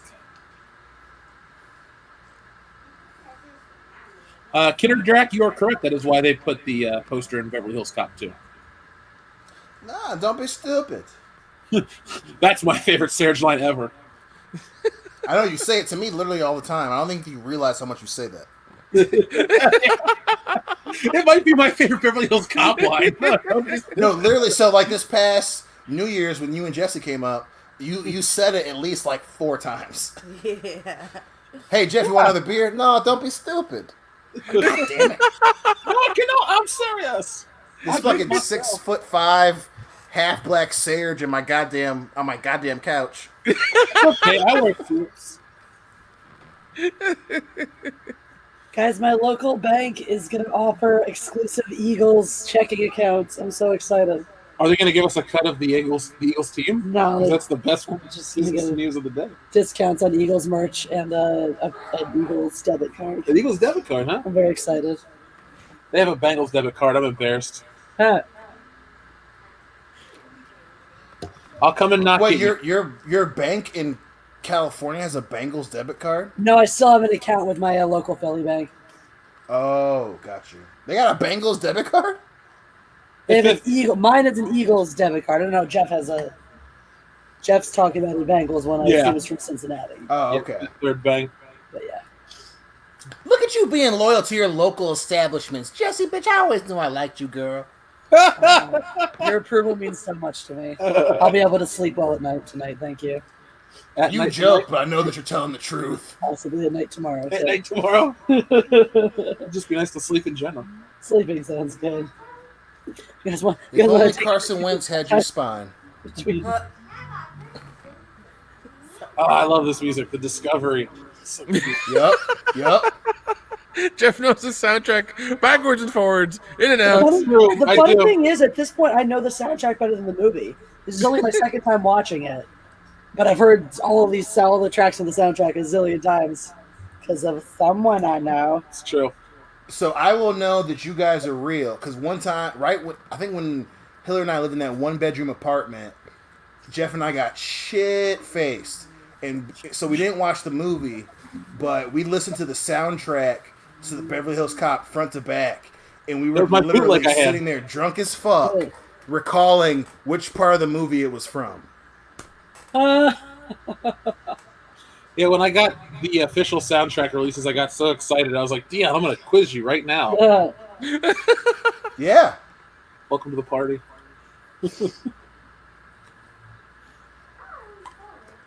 That's when you truly realize how much I love this movie. I love how all of Victor Maitland's goons are so stereotypical, though. Oh yeah. Like, I love Axel the ones Foley's who looks very... like Richard Belzer. Oh, the skinny one with the glasses? Yup. Dude, I think that every time he gets shot by Billy, I'm like, yeah, suck it, Richard Belzer. Wrestling's not a... Hulk Hogan choked you out on live television. You ever heard that story, Nick? No. Yeah, dude. Dude. The lead up to WrestleMania 1, Hulk Hogan was on the Richard Belzer show. And Richard Belzer's like, wrestling's fake, right? And Hulk Hogan goes, yeah, let me show you how fake it is. He puts him in a real chokehold. He passes out, and he falls and cracks his head on live TV. Oh my god. And he Yeah. sued the shit out of Hulk Hogan in the WWF. Oh man, go figure. And Richard Belzer hates professional wrestling, so that's why he did it. But the funny thing about that moment is, so he says that, you hear Mr. T in the background say, put him in a chokehold. Put him in a chokehold. Mr. T wasn't a wrestler, Nope. but he worked for WWF for a short amount of time, and he immediately had a huge respect for professional wrestlers. And Hulk puts him with those 24-inch pythons, brother, in a guillotine choke and fucking drops him. And for those of you who've never been in one or put one on, he falls. The fucking fall wakes him back up and he jumps back up. They go right to commercial and he's holding the back of his head. Jeez. All right, guys. Time to crack open a new drink. We got a few more rolling. So, Tim Riggs says, Jenny is one example of dozens and dozens of strong, hot women from movies from the 80s, 30 years before the whiny babes of nowadays. Fucking chewing food. Cheers to you, Tim. Chew your food. Hey, don't forget in the 80s you had another one. Was it Cynthia Ain't Rothrock? nobody asking you to sing. Be quiet. Cynthia Rothrock was a martial artist, female martial artist, did a lot of those movies, and got no fucking credit. I know her. She definitely didn't get any credit because she was like a trailblazer, kind of like a lot of the ladies in comic books back in the day. Dude, she's got her own YouTube channel now. She did like a fucking butt exercise on there. I've been watching it for days. Wow, I need to check this out if it's that good. Well, it's also the quarantine, and I'm you know I'm really thirsty now. So you know, take that with a grain of Your salt. wife's not putting out, Nick. Nah, man, she's real stubborn with it. Goddamn, Brie. What a dry ass cunt. But yeah, Tim. Jenny's a great example of an 80s strong, hot lady. Dion will definitely go for his Sigourney Weaver and Aliens. I I thought You guys Elizabeth. talk like you know me or some shit. Yeah, Elizabeth Shue from The Karate Kid was pretty cool. Ooh, yeah. Allie. I liked obviously Jennifer from Back to the Future, the first Jennifer, not Elizabeth Shue, it's the second Jennifer. Trying to think of other, you had all the Indiana Jones. Well, Willie wasn't that strong, but she was still kind of hot. But you had the Indiana Jones ladies too. Yep. Oh, definitely, yeah. It's funny how ineffectual the Bond girls in the '80s were. Outside of what's her face, Melina Havelock. You had BB Doll, you had Octopussy, you had Tanya Roberts, aka Stacey Sutton. All terrible Bond girls. So, cruising through time. Thank you very much. Says, laughing at y'all, slow descent into drunken madness. Drink up, boys. That's a $5, guys.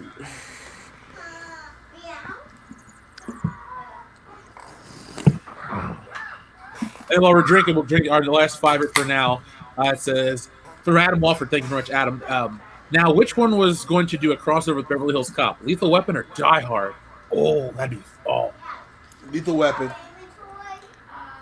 Funny you say that because I was watching Die Hard 2 at like 11 in the morning one morning, and I messaged these guys and sent them a picture of Die Hard 2 where like the woman in the airplane had a magazine with the guys from Lethal Weapon on the front of it. So it existed in that universe. Because like I had to pause and rewind it like 3 or 4 times. I was like, "There's no way this is true," and it was there. It was plain as day. So I ordered cigar holders, and I think that's what came. And I'm really excited. Tom from Midnight's Edge After Dark sent the super chat that says, hope to be back before the end of part 1. Me too, Tom. Me too, brother. We miss you, Tom. No. Like, once you put it in your pocket. It's Billy. He's doing something stupid again.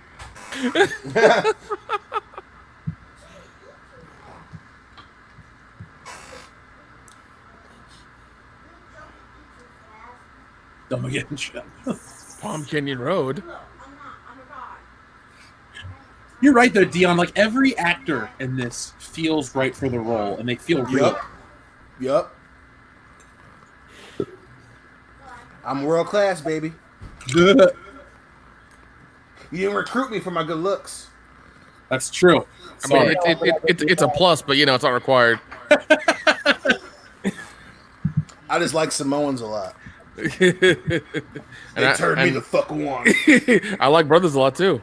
I'm just my saying. man. I'm sorry, I'm not Samoan. That's all right, girl. You a thick white girl. You There's all so right? much love in this chat, in this stream today.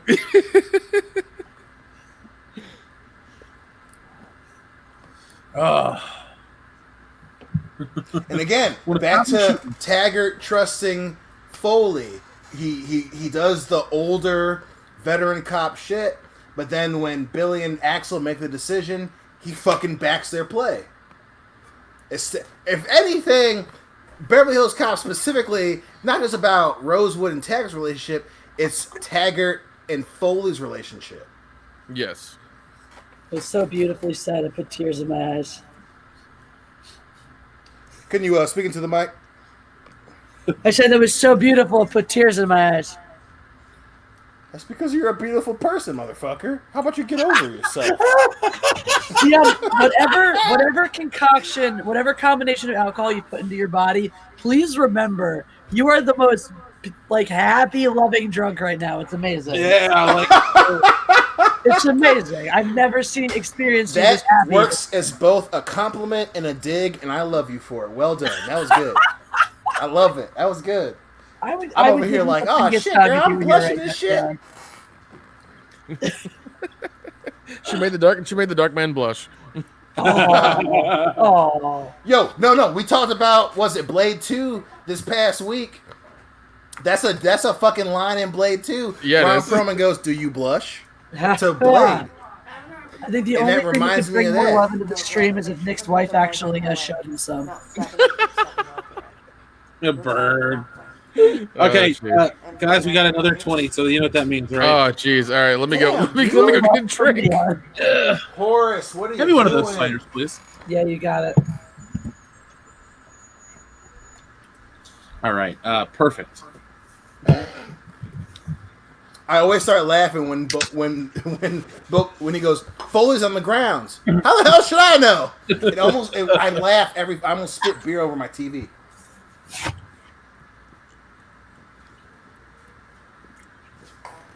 All right, guys, bottoms up. I'll see you on the other side. Godspeed, brother.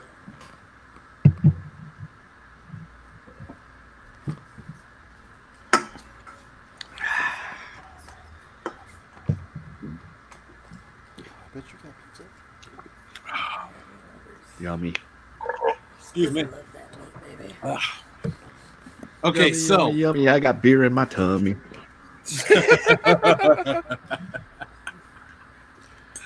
Horace Cock Johnson says, just a suggestion, sorry. If you've done it, an Amazing Stories viewing party. Damn, I'm dating myself. Love the star-studded cast in the original series, especially episodes about the bomber in World War II. Holy shit! I know that episode. So he self-partnered.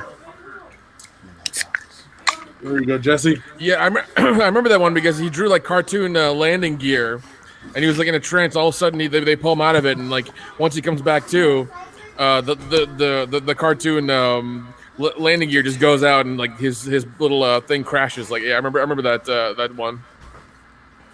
I want to get into that show. Do me a favor, Nick. Remember that episode because we'll do it. Why are these guys so bad at their job? What, the cops? This is the best Taggart and Rosewood scene. This is my favorite part. Like every time I hear this part Raggart and Toeswood. Raggart and Toeswood. Toeswood. Toeswood is a character now officially. It's my favorite part of the soundtrack too. Yeah, that's good. Because it's this really funny moment in this really serious scene. Yeah. And it doesn't take you out of the intensity. It's just perfectly paced. Paul Feig, this is how you do that, dummy. Dude, stop saying his name. You're gonna love part 2. Man, Two more times, and he might show up. Dion, calm down. Because Yeah. it's like clearly they've hung out. Listen, all the time. there is no universe in which Axel leaves. the ghost of Paul Feig intimidates me. Yeah, I forgot. I forgot you got a real proton pack. Not that 2016 right? bullshit. The fuck am I doing here? Dude, I'll never forget the first time we watched this together. We said that at the exact same moment, and Yup. we looked at each other, and we were like, "Yeah, that's the moment we do." I was like, someone else is obsessed with this movie? Holy shit. Dude, when I was a kid, I had 2 copies of this on tape because I bought a second one because the one that somebody gave us or sold to us real cheap had the dude's name written on the back, and I wanted a copy that didn't have someone's name on it, so I rebought it. My man. And then, speaking of the collection, I made sure I got an original 1985 VHS release. I have the 90s VHS release. I have the special edition 80s VHS release in the gold and black foil box. CED, Laserdisc, Betamax, Blu-ray, DVD, 8mm, Just admit it, this CDI. is your favorite movie. Jesus Christ. Do I have more? I would buy a 35mm print if I could, but you know. Oh man. Press 1 in the chat if you think this is actually Jeff's favorite movie and he just lies and says it's Back to the Future. Listen, I'm sure somebody. Jeff? I'm sure somebody out there can help us get a 35mm print of Beverly Hills Cop, man. I'm sure somebody can. Jeff, did you mention the digital copy? Oh, I do. That's what I'm watching it on right now. I have a digital copy as well. I'm about to say, I didn't hear that. I was making sure everyone knows the truth. Ah, shit. Oh, we got another one. God damn it. There we go. Y'all some assholes. Oh, God. Hold on, let me open People in fucking another one. in the stream, buddy. You're my man. Shit. You know you're my man. Oh. Why are you thinking? All right, you God guys damn want to just get this over with? Yeah, let's do it, man. Let's do it. Yep. All right, cruising through time. Drink up, boys. Mark Hamill, evil Joker laugh. Hi, Jesse. Hey, what's up? Cruising through time. You don't have to keep saying it. Listen, you ran out last night. This is me getting back at you. Goddamn. Thank you, Kinner Jack. Jeff is officially the Beverly Hills Cop King. I have more Kinner Jack. I have a 1985 VHS store display. I have a 1987 VHS store display for part 2. I have an original soundtrack pressing from 1984 or 85 whenever it was officially released. I have the 2012 reprinting. I have the 90 CD. I have the 80s cassette twice, 2 different releases. I got the new vinyl, the old vinyl of the score. I got what else? You're such a dork. I love it. I have an actual like from a video store. They used to have these like marquee displays where they'd put up like a piece of like clear plastic, and it would have like all the movies information on it. I got one of those. I bought the thing from a theater once. It's all the times for that day, like printed on like an acetate thing. Oh, nice. I bought John Aston's autograph for some reason for $5.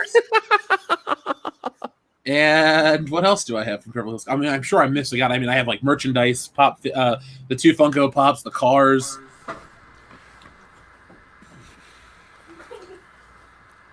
TLJ Screwjob sent in a $2 one, guys. It says, "Good thing these movies are so short, huh, guys?" Yeah, thanks, TLJ Screwdriver for the $2 one. Listen, TLJ Screwjob would find. Listen, he'd find a way to fuck us anyway. So I don't trust him at all. Isn't he the same guy who made you watch Mother? No, that's Swinging Cod. Swinging Cod made us watch Mother. Guys, if you're gonna do that, go in the other room. I'm doing the stream. Yeah, and you need to then cut it out. Bye, Zach. He was in Gremlins. I learned that last weekend. Because the shotgun tagger has a Mossberg, isn't it, Kenda? Yes, it should be. He got shot. Axel left the shot. Because Axel's got a Beretta. Listen, he got shot in the shoulder with a 357. There's a reason why his arm ain't working. I feel like he would be a little more damaged there. Yeah. Right. It'd be a bigger hole. Yeah. His arm may be blown the fuck off, but who knows? Yo, I'm kind of glad that never happens in the movie. Listen, props to him for using 357. That a 357 is definitely the gun of a bad guy. Yeah. No, Jeff. In an alternate universe, his arm gets shot off, and then in part 2, he gets a robot arm. Yeah. He's got Terminator hand love and everything. The dudes who leave when the cops show up. Those guys are like they're probably my favorite characters. They're straight up just like, fuck it, you staying around? Fuck no. And they get in the van, they try to leave. They're like, yo, we're out. We're done. We don't get paid enough for this. They're the henchmen who are smart. They're like, you know what? We're going to Mexico, so we can't kill us later. All right, cool. Let's go.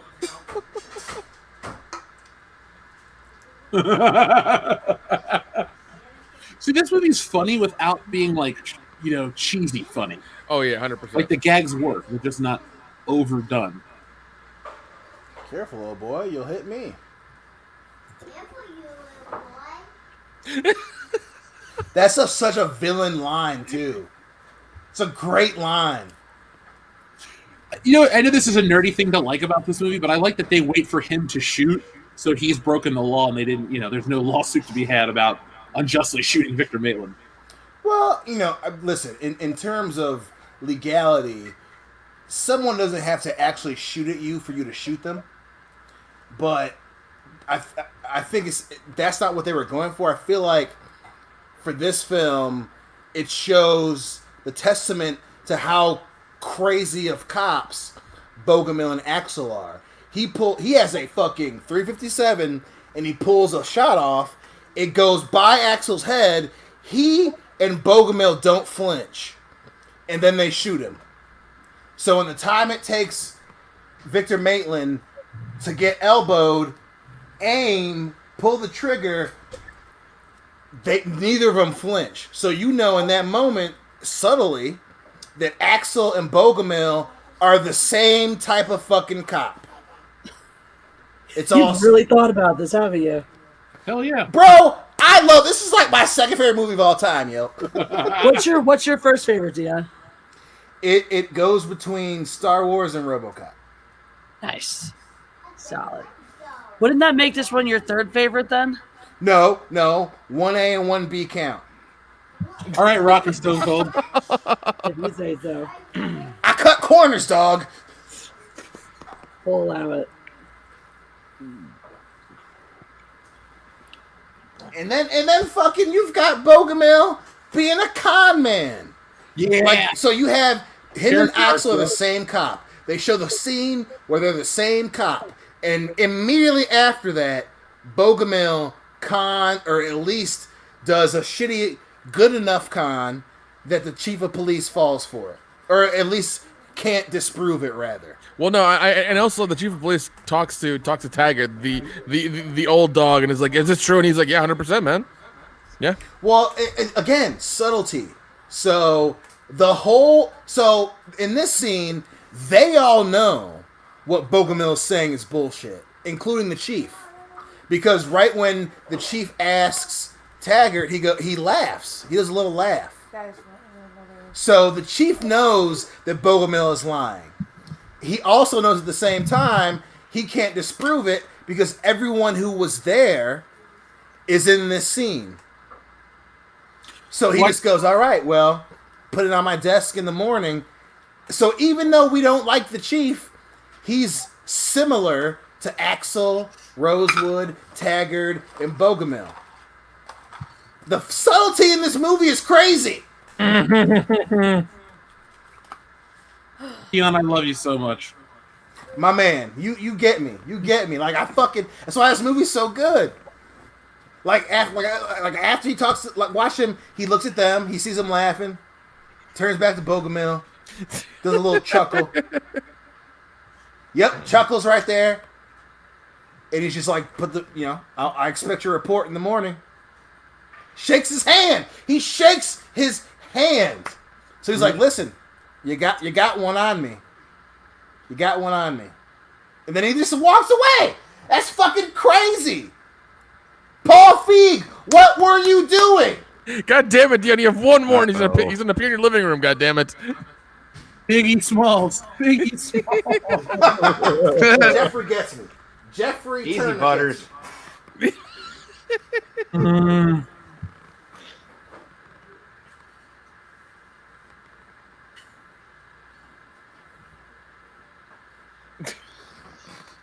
Do me a favor, sir. I love the balls on Haskell. He's like, can you do me a favor, please? He's like, all right, man. One last one before you go back to Detroit. Just one more. Well, listen, you love this scene. Here's another rant. Again, subtlety. He starts laughing because he's like, "Fuck, this dude is essentially in my department now." Like, he laughs not because what he said is funny. He laughs because he's relenting. Like, all right, this dude is part of my circle now. This guy is part of my department now. He works in Detroit, but he's one of my officers now. Dion, Yes. One of us. Oh my God, Dion, you know what you should do? What? You know how colleges have like visiting professors that teach really cool classes? You should I know go where you're to, like, going. local. You should go to State. Just go to state and do it. Yeah, you should go and you should pitch a class for like the deeper social and psychological implications of Beverly Hills Cop. I'm going with you, man. I'll audit it. I'm signed audit up. I'm your other professor. This is a 2 I was gonna say, I was like, my co-author of my book has got to be Jeff because, like, dude, we've talked about this shit so much. Like, I literally was gonna say, the minute you started saying that, Jesse, I was like the dude in a Community that loves Who's the Boss. Oh God, that. You guys totally should do it though. You should write like a film, studies book on the importance of Beverly Hills Cop. Listen, when Jeff talked about the multiple, I'll just say in general about our love of this movie, he's not joking. I promise I you know. right I'm now. not joking either. You Jeff guys and should I really could do teach it. a class on this movie. When he said, not the how easy this movie is. Like, literally, if you need an example of a perfect film, it's Beverly Hills Cop. Like, we're not saying it because we love the movie. We're being objective. Listen, every fan. You guys trust me. Trust me for Dog Soldiers. Trust me for Beverly Hills Cop. This is an example of a perfect film. If you want to be a director, if you want to write a film, if you just want to work in general as an actor, like, Beverly Hills Cop is it's one of the greatest movies of all time. Pound for pound. It's the Roy Jones of movies. Trust me. Bro, Cephas, you're preaching to the choir. Now the film's essentially God over. damn it!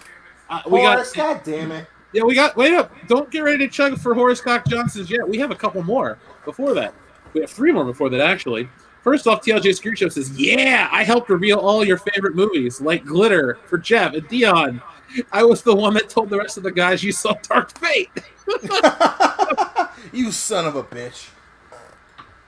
Oh, that was a fiver. D2. Now, cruising through time. Thank you very much for your super chat. It's a man. twofer, guys. It says, Dion, quote any scene in Yoko Ono's voice.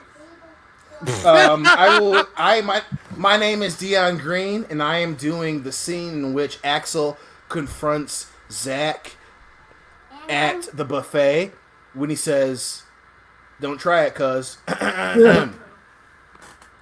Yeah. Thank you.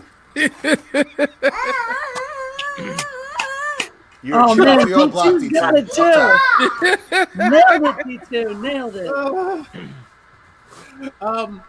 Let's see. Tim Riggs sends in 10 guys. Thank you very much, Tim Riggs. It says, take notes, you Hollywood hack MFers. This is how you write, direct, and act effing character arcs. We just watched 3 arcs examples within 5 seconds of each other. Yes. If anyone ever thinks D2 is weird, all they have to do is see a snapshot of the child watching his father drunkenly hollering at a computer for hours, and everything will make perfect sense. You're not wrong, Jay. You're not wrong. How is the little monster? No, nothing? Nothing? I think he stepped away. No, sorry. He was doing something. I was paying. He's good. He's just literally running around. He got grounded because he broke his switch. And and then he's running around being crazy because he's grounded, so he can't like do certain things. So his personality is coming out. Oh god! So realistically, you guys have punished yourselves as well by grounding him. Not really, because we're gonna get it fixed, and then it's just gonna be mine until I feel like giving it back to him. So I haven't really punished myself. Take all my toys. Not all your toys. We didn't take all your toys. You got some toys left. Yeah. Okay, some toys left. Listen, this stream isn't about your Sorry, plight. one day Go he'll- in another room. One day he'll grow up and find way better toys. Yeah, well, Guys, we got one more $20 one from Horace Cock Johnson. Let me get a big drink. That's all I can say is, because guess what? I got good news, guys. We got one more fucking film to watch. Thank God. Yeah, let's see. I got this Two-Town Cider House Made Marion Blackberry Hard Cider. We're gonna run out of this. Well, we'll go to Screwdriver's for the outside. screwdrivers, goddamn, Yeah. going hard in the man. paint. It's Saturday. It's Saturday. That's true, that's These true. are you didn't show these earlier. They're 6%, which is good for cider, so that's nice. These are. Let me see here. Also, I can't read right now. Yeah, they're up there. I don't know. got so many schmumpties hanging around. Oh God. So, we keep drinking this one.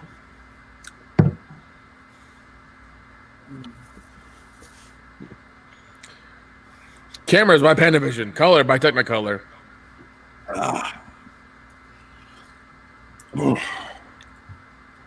So we made it through the first film. Let's see. Horace Cock Johnson says, "Can't believe you've never watched Amazing Stories, Jeff. From Christopher Lloyd to Patrick Swayze, from Kevin Costner to Kiefer Sutherland. P.S. Drink, MFers, drink." I mean, Horace Cock Johnson, I know the show. I've never watched it, but it used to be on Netflix, I think. it was on Netflix, and then like Sci-Fi would have it like on weird days and things like that every now and again. But I mean, it's Sci-Fi Channel. They change their lineups just because they don't know what they're doing. So who knows? We still play on the TV. We'll have the stuff come out here. And we'll watch it. 'Cause look, here it is already. You rather watch it there? No, you put it up there. Okay. It isn't- So, I mean, guys, it's we're going to take a minute and we're going to do Beverly Hills Cop Part 2. I'm going to go to the bathroom in a second. We'll cycle out. Who needs to go? Dion, you got to go first? Huh? You got to pee? I just got back from peeing, so I'm good. Oh, you're good. Okay. I'm gonna go then. You guys keep the folks in the chat entertained for just a moment. Right on. Hell yeah! I mean, I've only drank how many fucking world beers? class, 3, motherfucker. 4, 5, 6, close to 10 drinks. I'm sorry, D2. Go in the other room. Because I'm cursing in this motherfucker. So I will. Okay. So while he's peeing, Kendo, Nick, Yes. what would you consider? What? What would? How about you let me ask the question? What would you consider a better sequel? Beverly Hills Cop 2, Lethal Weapon 2, Die Hard 2, or Predator 2?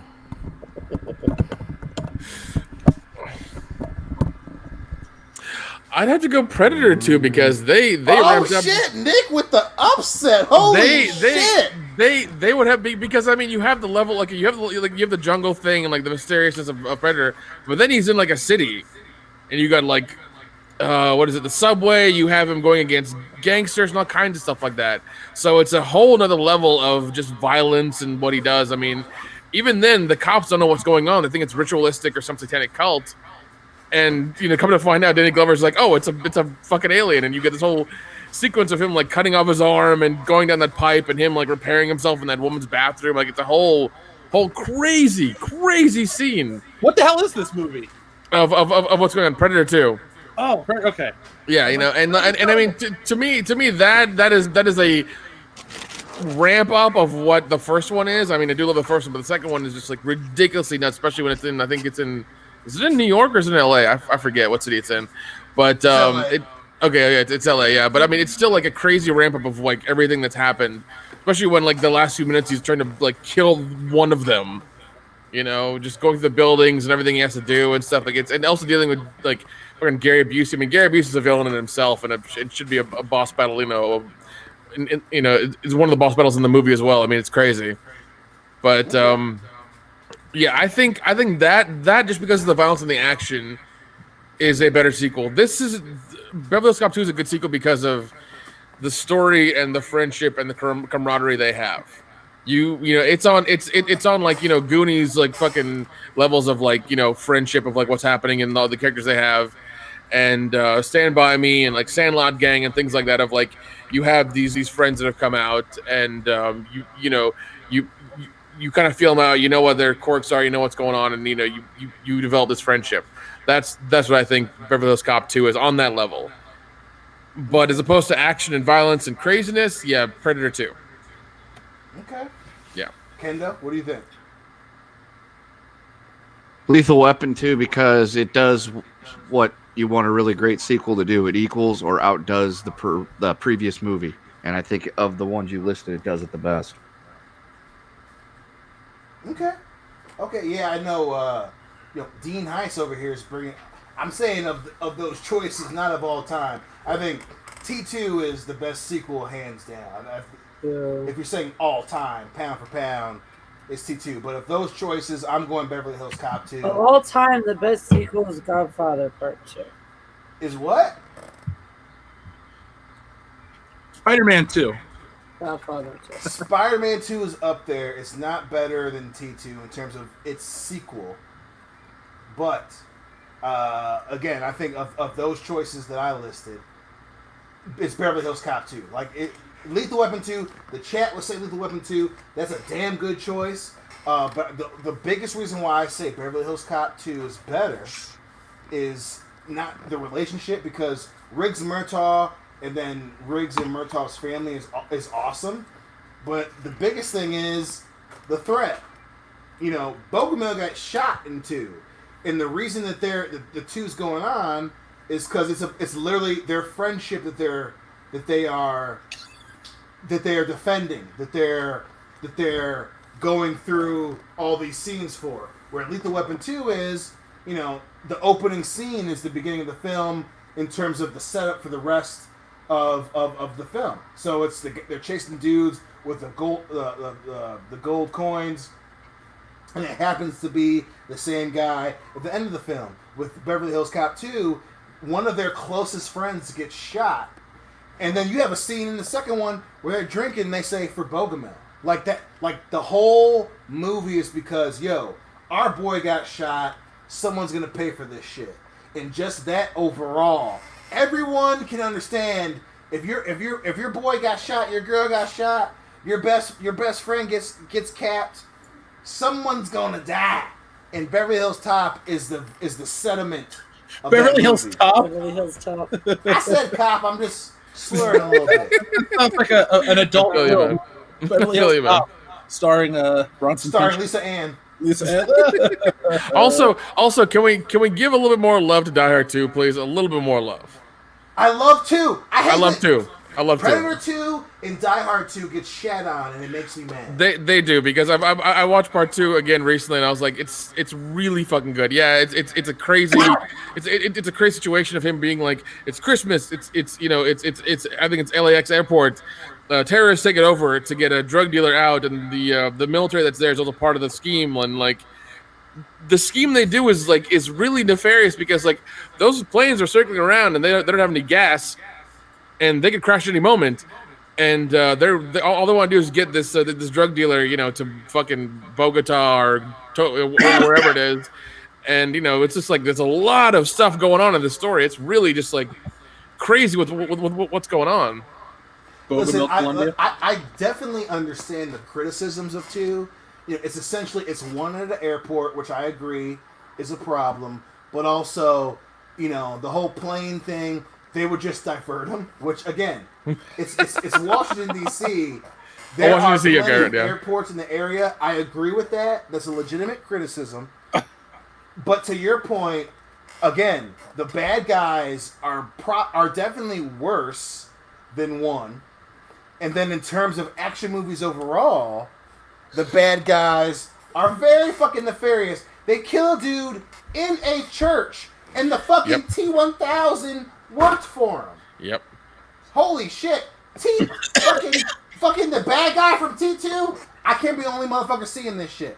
Die Hard 2 is underrated. It's underrated. Yes, it is. Yes, it is. Hey, as soon as Kendo will connect, we'll start the second movie, folks. So, just a second. All right, let me get that. Let me get that queued up. Yeah, I got it queued up. Her.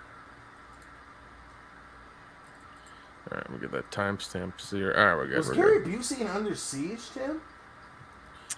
He was in Under Siege 1. Who was he in 1? I don't know. He's part of the ship. I forget his actual role in what he does, but I remember he was going to get shit canned, and he brings Tommy Lee on board and starts that whole fucking takeover. I gotta watch it because I remember Tommy Lee Jones is in it. I did not remember that Gary Busey was in it. Gary Busey may be the best bad guy actor of all time. Maybe. I also hung out with him at a bar once. It was kind of scary. I love that story. Every time you tell it, I will never get to. I fucking love that story. Okay, he was Gary Busey was Commander Krill. Okay, so he's one of the guys in the movie. All right, I gotta watch it again. I don't remember that, but Gary Busey's the man. All right, guys. So we got first off from Adam Wofford, we got a $2. Does anyone get any news on Dog Soldiers 2? Haven't not heard anything about that yet. Have not heard anything about what's going on with that. What? Dog Soldiers 2.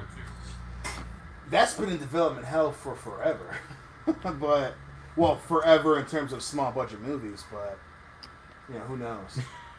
And then we have our friend Tim Riggs that says Beverly Hills Cop 2 has my second favorite Judge Reinhold performance. Okay. I wonder what his first is one is. Beverly Hills Cop 1 your favorite Judge, or is Fast Times at Ridgemont High your favorite Judge? Okay. Maybe he likes the Santa Claus. He's not the. I hate that he's the villain in that movie. God damn. It's weird, isn't it? It's very strange. Because he's a very good stepdad. He's a really good stepdad. Like, even as a kid, I'm like, I don't hate this dude. Like, Tim Allen is kind of an asshole at the beginning. Kind of. He's an asshole. You're right. Asshole. You're right, honey. You're right. He's an asshole. But Judge Reinhold is an awesome stepdad. It doesn't help that he looks like my dad, kind of too. Judge Reinhold? No, Tim Allen. She has a special spot for Tim Allen, apparently. Right. Hopefully it's not daddy issues, but yeah.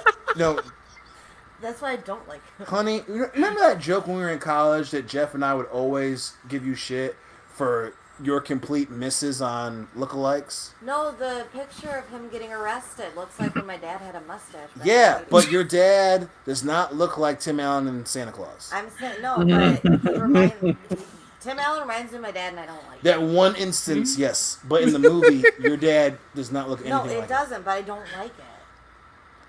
it. Baby, that's a stat. Whatever. F in the chat.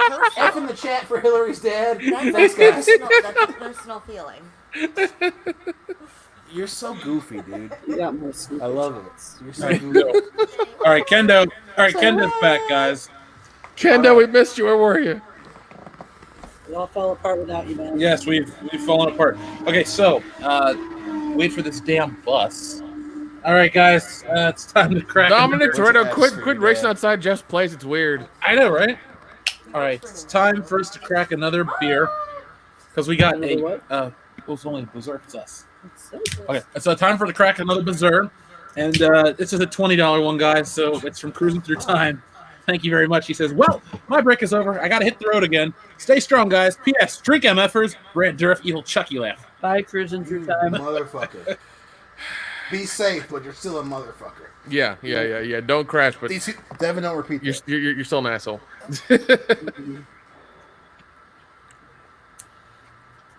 Oh, my shirt smells like beer now. Clearly been drinking. God damn it, Kendo dropped again. Tim Riggs, thank you very much. He says, I heard Gary Busey mentioned. Best Gary Busey role? I say Under Siege for pure mind fuckery. Oh, God. I do enjoy him in Point Break. I was going to say as well. Point Break is my favorite Gary Busey. I do really love his battles.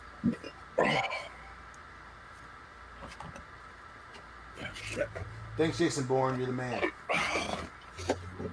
I'm glad we didn't eat a lot yet because my stomach is full of liquid. All right, thank you, Tim. Kendo, you back? Yeah. All right. Our friend Matt G sends in a super chat sticker. Thank you very much, Matt G. And for the record, the sticker was of. It's still not popping up. Shit. It just says the sticker. Oh, it just says $1. Thank you, Matt G. And then finally, before we start our film, we'll be caught up, guys. This is a $5 from our friend Horace Cock Johnson. It says, query, who wins in a fight, Mr. Joshua from Lethal Weapon or the henchman that murdered Riggs' wife who appeared in Lethal Weapon 2? Ooh, that is an excellent question. Dion, you go Mr. first. Joshua, hands down. Because he doesn't flinch with the lighter, obviously. But then again, the dude even though he knows that he's going to jail, he fights a fucking police sergeant on the lawn of another cop who he fucking murdered a separate cop. Mr. Joshua is the fucking crazy ass bad guy. He wins. Anybody else want to chime in?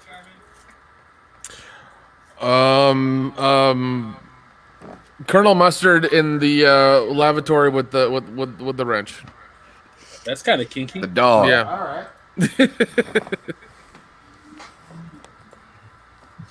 right. Yeah, I'm gonna go with honestly the question and answer. I'm gonna go with the guy from number 2, just because to be different. Ooh.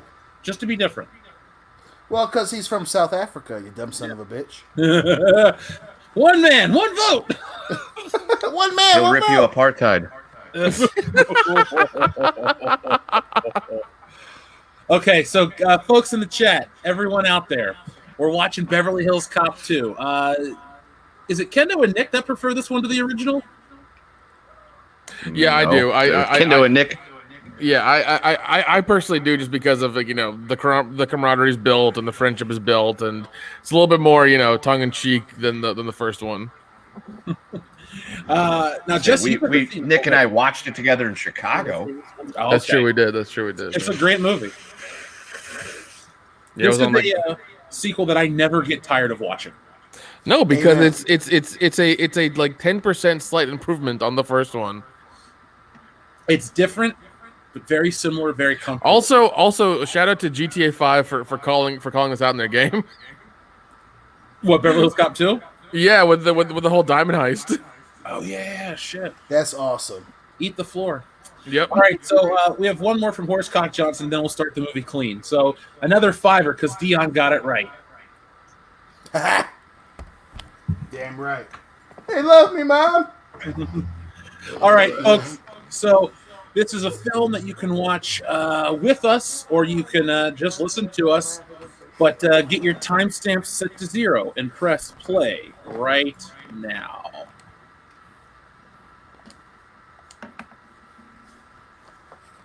Yeah, the new Paramount on the Blu-ray release, I definitely enjoy. There we go. We are 75th anniversary. Jeffrey Turner goes, "Free South Africa, you dumb son of a bitch." now. This looks more like the LA that I'm used to. Exactly, smog Yeah. and fucking bullshit. Fog and Wilshire Boulevard. That's all it is. That's what California is, Dion. I just felt so bad for you too. You know, obviously, you like your girl a lot, but when we went out for WrestleMania and we were all just like, "I like visit, I never live here." And then years later, fucking Jeff was out there like, "Ooh." Wasn't that? Weren't you in San Francisco for WrestleMania? That was She's a nice girl. Completely, Dion. San Francisco's a completely different city. That's all California. It's all California. Even remotely the same. All y'all live on top of each other. That's like saying that upstate New York is the same as New York City. Is it not? It kind of is. Have you ever been to upstate New York? A lot of motherfuckers Nah. there living on top of each other. No, there's not. There's a lot of mountains and Is there a lot of mountains? Why don't you go throw batteries at Santa, you sick son of a bitch? I guess Dion's drunk is no longer happy. They Hey, freed I'm Speaking still of truth, happy. though. I'm making funny jokes. People are laughing. That still counts. You know, Dion. you're my drunk boo thing. That's all. If only you are laughing, that does not qualify your jokes as funny. I think it does in this case. That's not how it works. Yeah, I have infectious laughter, and like a sitcom, me laughing showcases, hey, this is where you laugh. And, you know, a lot of people agree. What's the famous one? The Many people are saying this, obviously. Many people are saying. Well, plus two to these guys, they don't want to kill innocent people. Yeah, the alphabet crimes. Yep. It's not about murder. And then they just shoot everything to throw the cops off. So now the first one was directed by Martin Brest. This one's a Tony Scott film, and it definitely feels like a Tony Scott film. Yeah, I can't remember who mentioned that in the chat, but a lot of people don't know that. Tony Scott did this one. And it's still funny, but the tone is definitely more gritty. Yeah, Buddy yeah, cop. yeah. The tone is slightly darker, but it works because we know the character is in different situation, same people, so it's fine. So and I mean you're stringing together their relationships really well, especially with the call from Bogomil to Axel and everything the whole thing that happens with him. I mean, you're stringing it together very well. So I mean, it works if it's being a little bit darker because it's a different case. It's like Bad Boys 1 and Bad Boys 2. There's a tone difference in both those movies, but it's still the same people, still the same area, different case. Yeah. The thing for me that always bothered me about this scene, and Dion will laugh, that Axel puts his pants on before his shirt and then tucks it in. I'm like, I will laugh. I have thought about that scene. Jeff, My man. Jeff, you and I are big guys. We gotta do the shirt first, then the pants. All right, I feel you, man. Exactly. I feel you, man. Also, once again, great soundtrack in part 2. Fucking love it. Oh yeah. You busted. Busted. There's this fucking Ferrari. Now, Jesse, remember the first one? He's broke, driving a crappy blue Chevy Nova. Now he's got a business suit and a Ferrari. So you're like, how does this change? He's clearly gotten promoted since then. I just love how it's Paul Reiser and Gilbert Godfrey in this movie. Yep. Yes. Bitch. That's my favorite line, I think, Dion. It's a great one. All right, so we'll drink to our next two super chats. First off, we got two for Tim Riggs. It says, wondering how Dion makes it through the horse race scene. Dion, you going to be able to hang with Closes his eyes.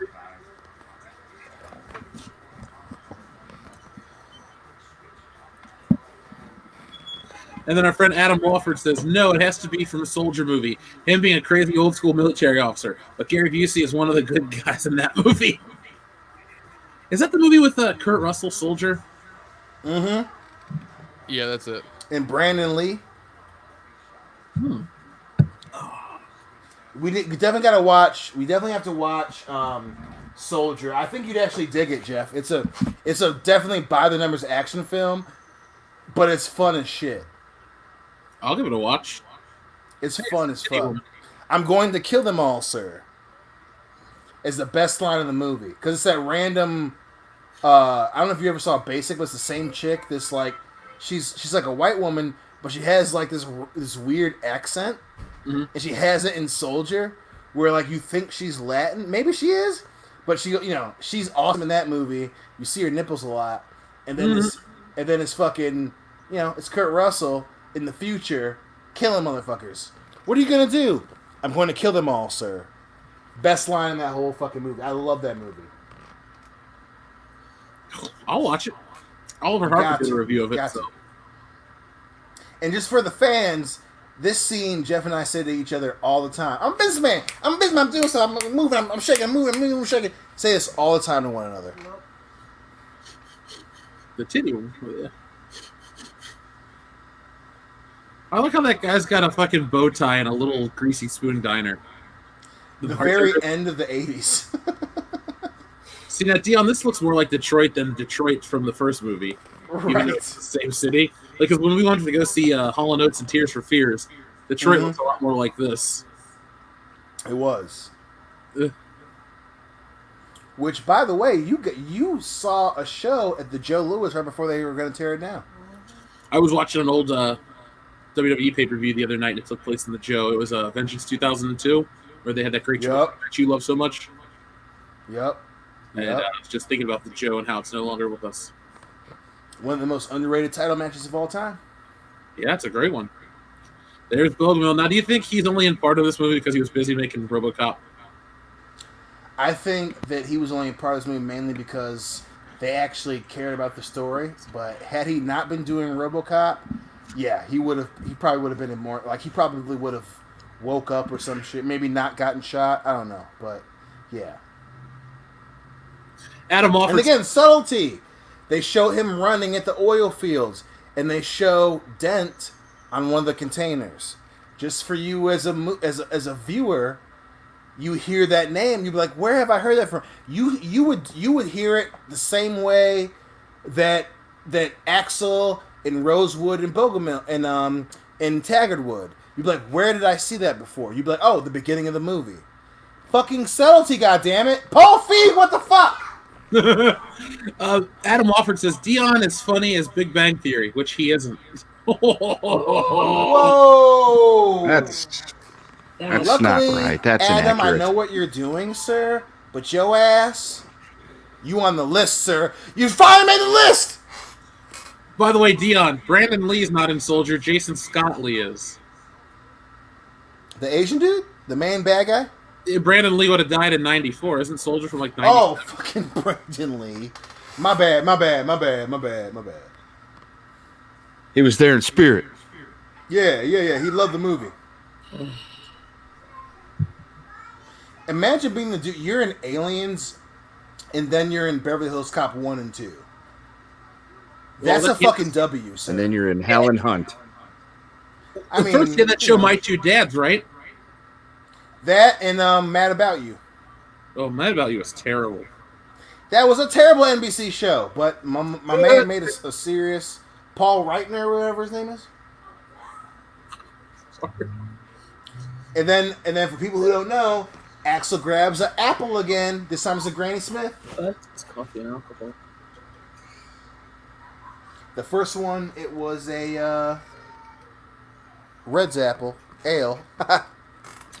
All right, boys, we got a fiver from Horace Cock Johnson who says, Dion's right again. about Soldier. This time, I liked it, even though it had lots of flaws. It's a good masterpiece. It's a TV masterpiece compared to what we get these days. Yes, my man. True story. Fucking horse on fire tonight. I'm gonna drink this beer with 100% appreciation.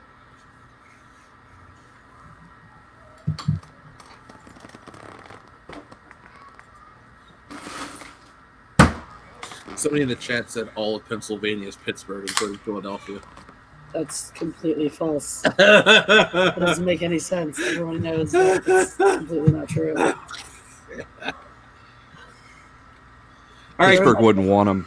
There was one time I was at a Latin nerd convention, and the Penguins were playing the Flyers, Pittsburgh versus Philly, in the playoffs, and we were getting score updates during this big assembly we were having, and only my school, the Philly area school, was rooting for the Flyers, but we were louder than the entire rest of the goddamn auditorium. So there.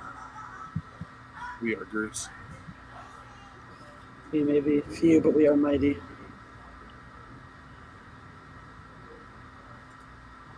I had heard that Lost Cause 78.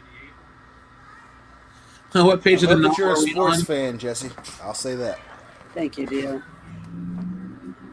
For those wanting to watch along, we're at the 11-minute mark. If you get yourself to 11:30, I'll tell you when we get to the 11-minute 30-second mark. Excuse me. There's alcohol in my system.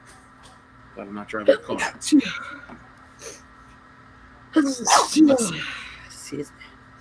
You've been excused.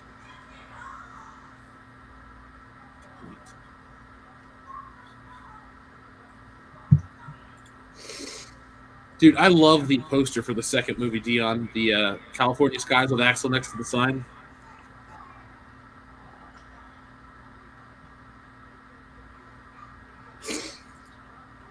Yeah, I fucking love it too, man. Thanks, Dion. Sorry, he got up to go to the bathroom real quick. Oh, that's cool. I got to do the same thing again soon, too. I agree, Skullman. That is a fantastic trilogy. It is an excellent, excellent, excellent trilogy.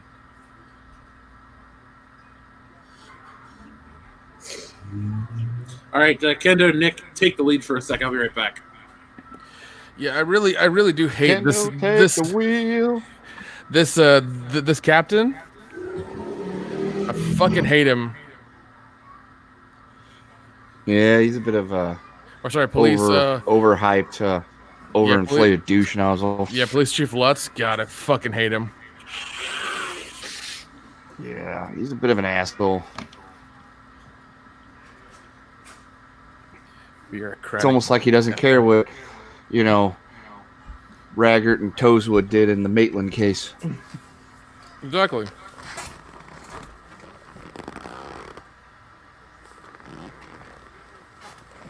Someone's unzipping their pants. At least it's a lesser brown suit. Kind of. I want to wear a brown suit in this movie. Less brown. Well, and that's the thing I love about these movies. Both 1 and 2, and I guess to a certain extent 3, the fucking bad guys, had they not done the thing that started the movie, they would have been fine.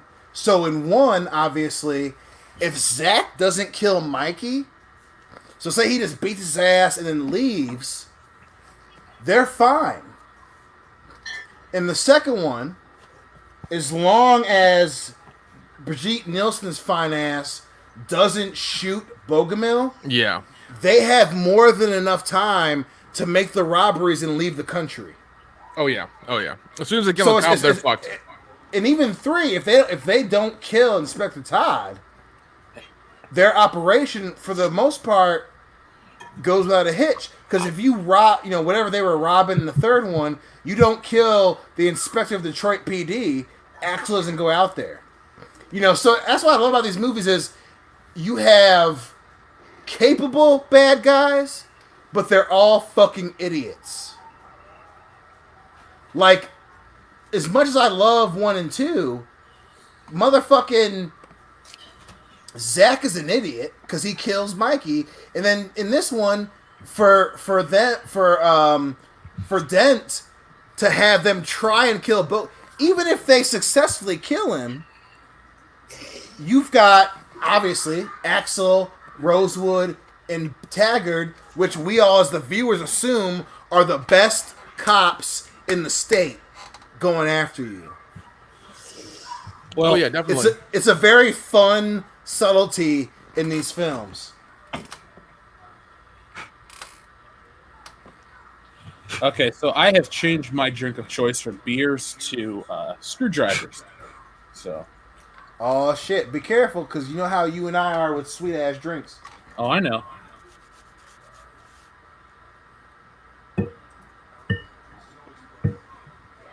Well, I love the shot. There's the zoom in of like he knows what's going on.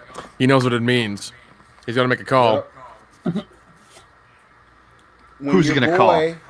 When your boy gets shot, one of your closest friends, and again, a subtlety. So in the montage, they show them fishing. Yep.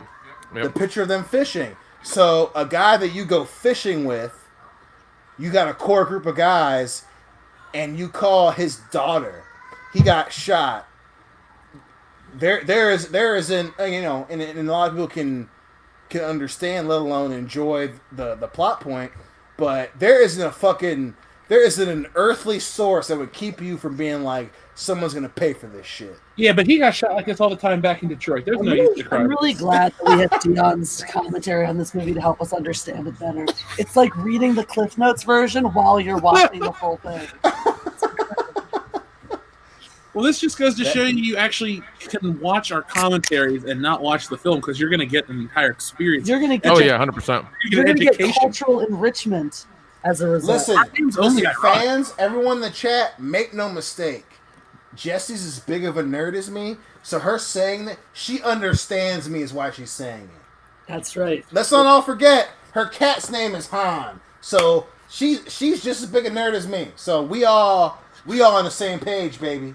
Damn straight. I'm gonna call you Professor D from now on. Professor D. That was you.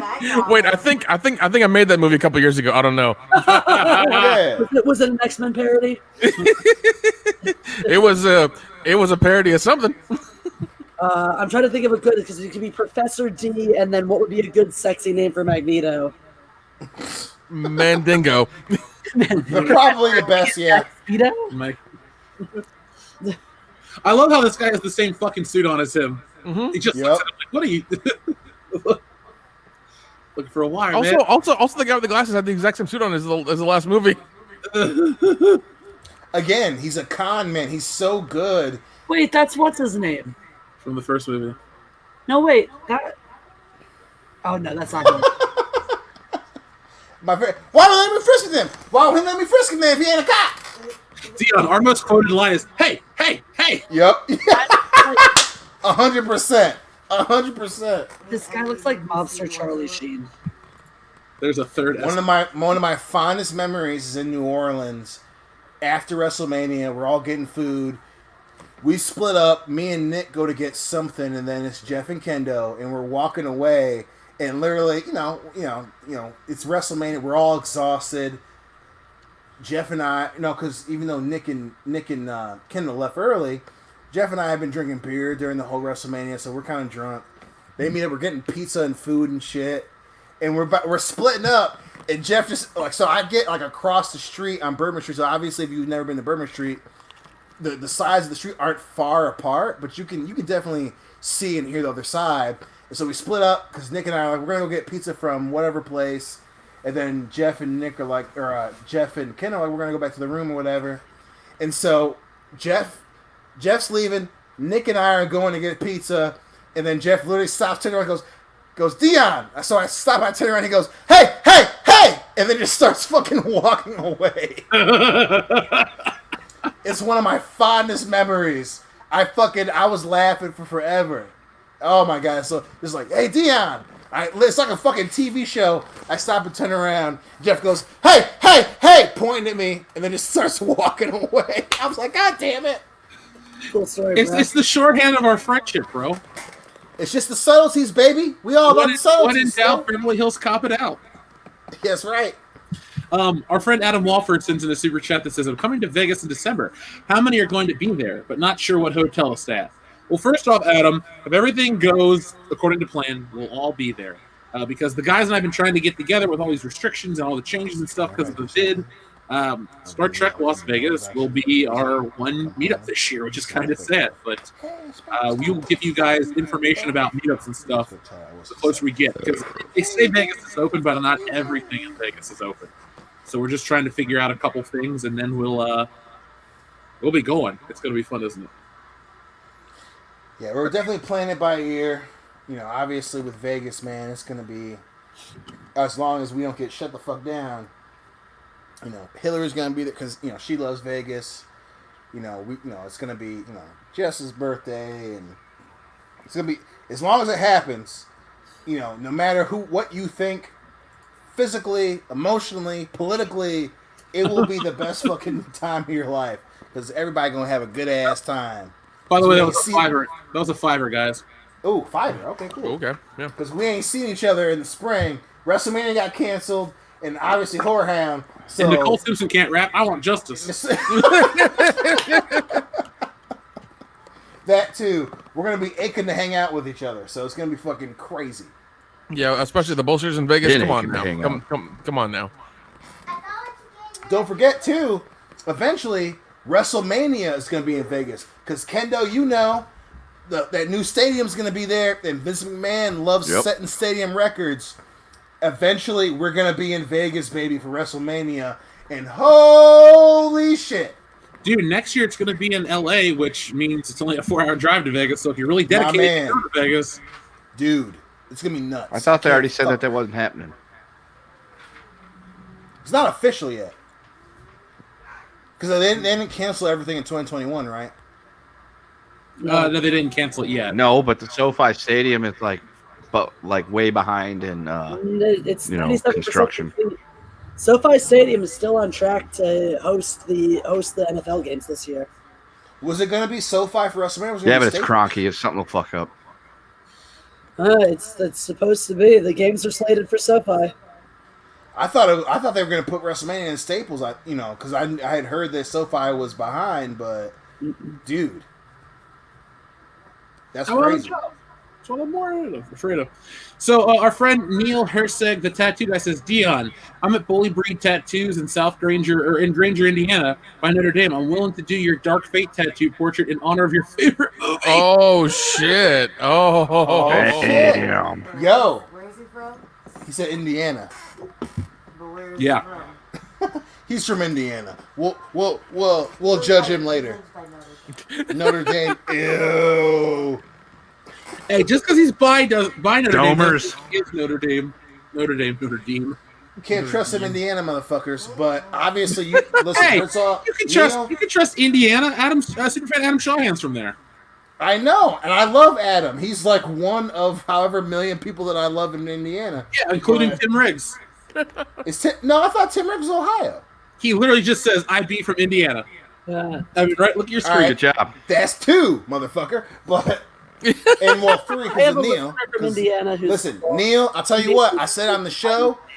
Listen. If it's a good tattoo, I'll fucking get it because no one else in the world will have it. So, Neil, yeah, we're gonna have to talk about that and get some sort of fundraiser going for that, so we can get that going because our friend Ryan Giger is from Indiana as well as Loudy. He lives in Fort Wayne now, boys. So we'll meet up in Indiana next year. But Ryan, you're the man. So there's 4 people from Indiana that I love. So y'all doing good. Even though your state is where you go through to get somewhere else. Hey Dion, can I tell you something? Yeah. I once drove through Indiana to get to Lansing. Oh shit. That's exactly what Indiana's good for. another 80s montage. Yeah, dude, it's so funny how Los Angeles changed in 3 years. I know. It looks so different. Not only that, but I love how they show the Beverly Hills Hotel in both films. I just always love how they make it out like Rodeo Drive is this giant long road you drive along. Literally, the Rodeo shopping Rodeo Drive shopping area that everyone raves about is a little corner, instead of going all the way to the corner, it cuts over the corner. It's this raised area. There's no actual cars on it, and it's just a few, super overpriced boutique stores. Well, isn't Rodeo Drive not even a mile long? No, not at all. The part that like famous part of it. No, the famous part of it's probably like a tenth of a mile. If that. Gotcha. That's why I remember reading that. I just feel like the first film is a very like this is what it's like to live in the 80s, and then the second film's very much like these are the excess of the 80s, and we're leaning into it quite heavily. Especially with that house. Yeah, dude. Even Axel though, he goes from the humble everyman to like living in this house. Fucking, I love this con so goddamn much. I want to try to pull this off one day. My only issue with it is that they show him driving on a major street, but when he turns around after having the realization, he's on a fucking neighborhood street. I'm just like, God damn it. I hate that I can notice that's not the same shot, and it pisses me off. Your powers of observation are both a blessing and a curse. Good point. This guy scratching his Plus, ass right there. Everyone in fucking California will be like, "You're a Lions fan? Get the fuck out of here." Yes, exactly. That is so relevant. No one actually cares in California, though, because, like, we're a transplant city. Like, especially in LA, it's a very much of a transplant city. And, like, transplant sports fans, too, especially when it comes to football. Most of the Rams fans, they're very few, like, hardcore, we've been Rams fans since they were from LA before. It's mostly bandwagon fans. And there's so many people from other places that it's actually really common to see people with all different kinds of jerseys and stuff like that. It's cool, actually, when you go to the airport, like, everyone's just got, a different jersey on, a different, team logo on their hat or their whatever. And everyone's kind of cool about it. Well, the funny thing, too, is everything you just said is why the Rams and the Chargers are going to move in, like, 5 years. Probably. It's like, the Chargers, and again, well, the NFL Rams, doesn't maybe listen to not. actual fans, so it's going to happen again. The Rams are going to move. They're going to build this gigantic stadium. I don't think so with the Rams. The thing is, even if there aren't that many like diehard Rams fans here, LA likes the spectacle. So I think the Rams will have a home here for a while. The Chargers, though, just fostered a lot of bad blood with that move. I do think they'll probably maybe move back to San Diego or just move someplace completely different. Maybe they'll go up to Oakland when the city finally sorts their shit out and builds a new stadium. But I think the Rams have a future here just on the basis that LA likes, to have the spectacle, have the stadium, have the games, something in addition now to the, the USC games. I don't think so, man. All the Rams fans are back in St. Louis, and even the Rams fans that are new Rams fans in LA, they went to a Super Bowl, which is awesome. If the Rams don't do well, it's LA. They ain't going to go to those games. But no, that's not true at all, though, because the thing is, again, because you have all those other fans from other cities, they have never had any trouble filling the stadium. They get a ton of, visiting fans that aren't actually traveling, that just live in the city every time. For 100,000+ stadium, though? What? For a future 100,000+ stadium? Yeah, well, I mean, where they were playing before, they've been playing in the Coliseum. That holds more people. It holds more people than the NFL allows. So when they play the NFL games there, they actually have to block off seats. They can't sell all the tickets because it's a bigger stadium than it actually allows for. It's like 70,000 though. The Coliseum doesn't hold more than 100,000. By the way, we just missed Axel palm one of the rounds and put it in his pocket, like right there. Yep. Is this a Great black time, thing, man? Let me see. I will say that it's interesting how the iconic look of a character comes from the second movie. Normally, the iconic looks from all these characters is in their first appearance, like John McClane without his shoes, but Foley's jacket, man, that's his most iconic look. Yeah, it is. The Coliseum seats 93,607. Yep. Not when the Rams are playing. Less than 100,000. That's not gonna for the that's for the Rose Bowl and USC games. That's going to change for Rams games. Dion, the Rose Bowl is held at the Rose Bowl. Yeah, I know. That's in Pasadena. That's the second. That's at the Coliseum. What? No, the Rose Bowl at the Rose Bowl. There is a stadium called the Rose Bowl. It's in Pasadena. Correct. Isn't the Rose Bowl in Pasadena? Yes, and the Coliseum, where USC is, it's closer to downtown. They're two different, completely separate stadiums. Oh, they're separate stadiums. Okay. Yep. The Coliseum's on the USC campus, which is closer to It's downtown. 93 for USC games. Yeah. And NFL games. I don't think they sell all the tickets for NFL games. I think they don't use all the seats. So all those people It's because nobody wants to go to watch the Rams. are going to go to a new stadium for the Rams. Not for the Rams, for the stadium and for the other teams that the Rams are playing. No. For the Rams. They're Rams games. They don't need to be. It doesn't matter why the people are going to the stadium. It does matter. It does Yes, not. it's football. If you sell Random the tickets, fucking fans of the Broncos aren't going to go to Rams games. yes, Guys, it's time to drink. It's at 20. Everybody chug. Oh shit! Jesse, that means chug your screwdriver. Oh man, I made it strong too. I'm not sorry. Whew. Tim, this for you, buddy. Oh, fuck, Tim. What were you doing, dude?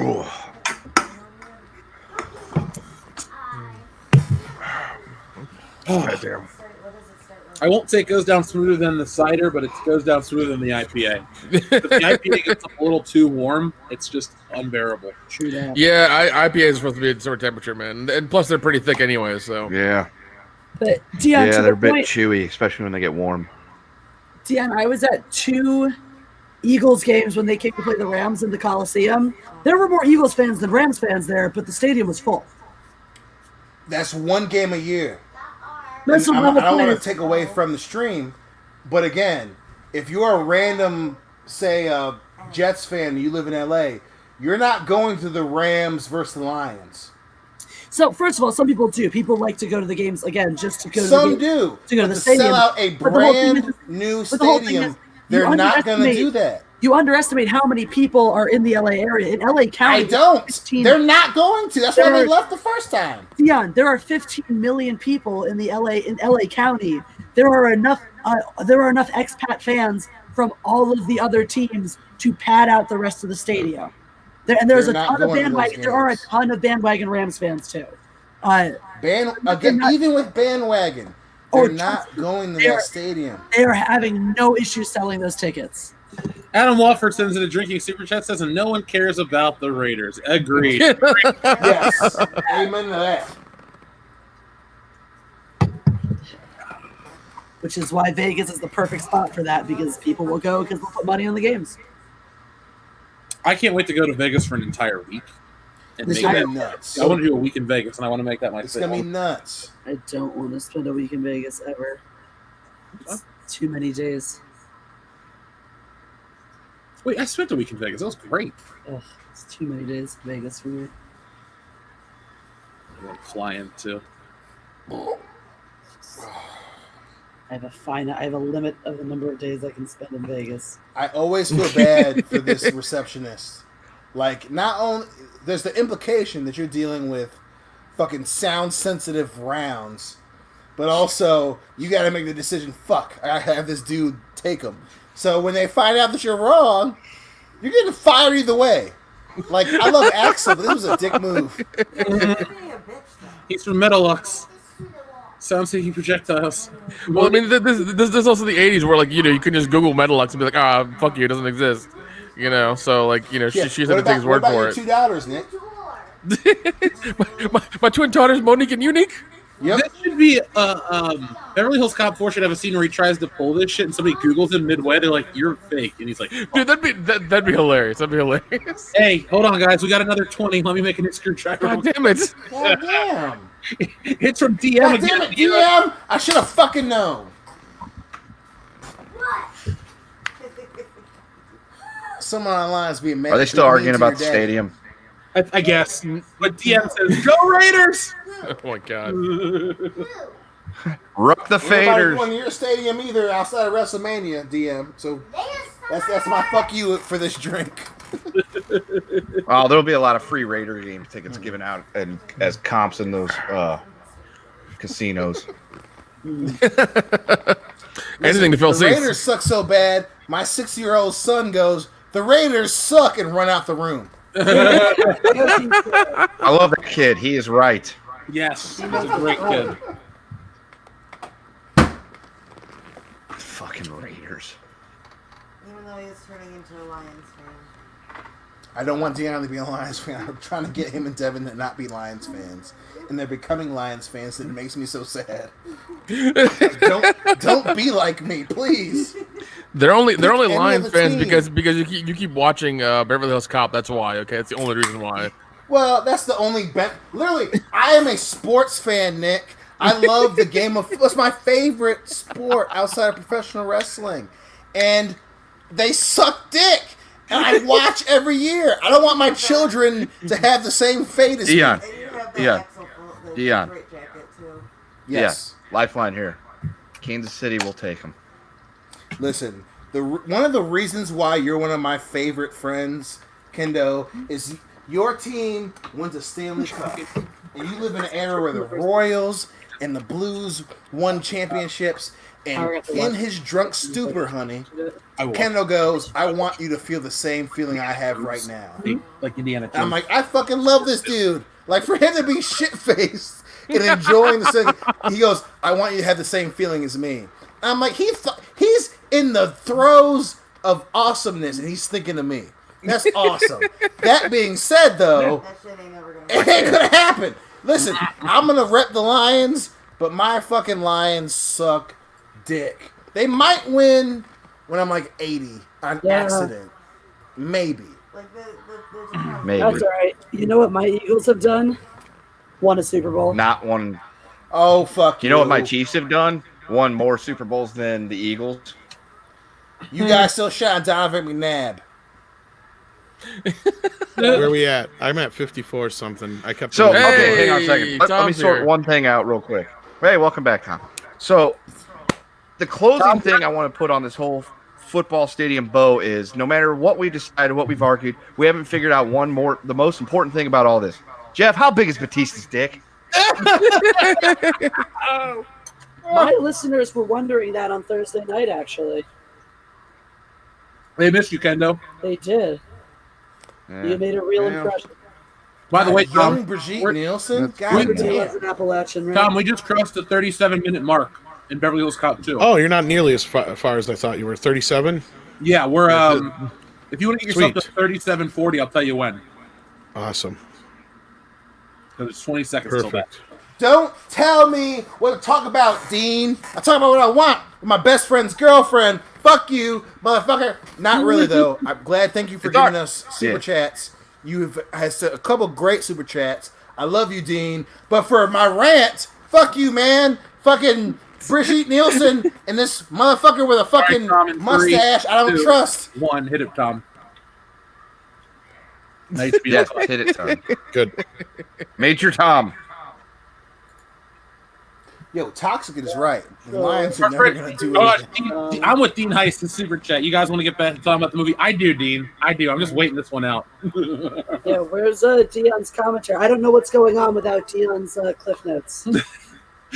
So, Dion. I Hey, love that's you the too, guy that played Jesse. Arnold But Schwarzenegger also, in the TV movie. in terms of Cliff Notes, it's a great setup for this motherfucker in this film because they identify Axel early on, and then he's like, "Yo, kill this motherfucker." But again, it shows how dumb he is. Like, if you don't want Axel to be on your case, don't send some crackpot assassins to kill him. Don't use Dean Stockwell to be your assassin. I think that's a message here. Yeah, you'll never make it home again. I was gonna make that Damn, joke, Jeff, but beat me to it. that is close to home, and I got to take a drink for that shit. that fucked with me. I'm sorry. That He fucked with beat me a me little to bit. it. Damn That fucked it. with me a little bit. Mr. Quantum Leap over there. He's I was never trying coming to- home. Okay, he's never coming home. Yes, Jurgen Prochnow was in Beer Fest. He was the bad guy. Yeah, he was. That's a Yeah. great. Yo, he was young the Brigitte bad guy. Nielsen. How am I the only ones talking about this right now? What about Bridget Nielsen? She Well, has has a anybody tight talked ass. about the Stallone connection? No, not yet. What is the Stallone connection? sir? Cobra's a great movie, by the way.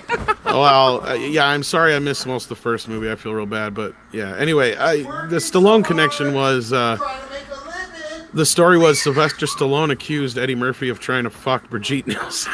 Really? Yeah.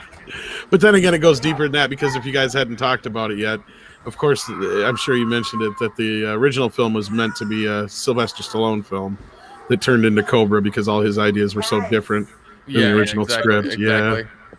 So. But I mean, like, okay. First of all, I can't blame Eddie for trying to tap it. I mean, I think we all try to tap it. He claims he didn't, but well, I mean, I claim that too because it's fucking Sylvester Stallone. I don't want to get Rocky. I don't want to get Rocky. So fuck that. I'd be worried about Rambo blowing up my house. I mean, that's true. Yeah. That too. So like, yeah. You sleep with my wife? Yeah, I mean, I'll make a pass, and if I fail, that's it. On to the next one. But I ain't gonna admit it. Like what? Yo, like you 10 tried days to have sex with my wife over here? Nah, man, I didn't try to. I'll come over there. And I'll just come up and I'll stab you and then I'll fuck you. No, God, he's going. Slide. I'm like 5'9", okay? Brigitte is like 6'10". That's like way too big for me. Okay. But either way, man, you stay off my honey pot, man. I'll fucking knock you out. I'm willing to bet, though, go back in time. I'm willing to bet that's where the Rocky bit started from. Like, he's like, fuck Sylvester Stallone. I'm a fucking, wait, this is great. Everyone is, I got it. The whole Italians after Rocky bit. Yeah. Yeah. Mm.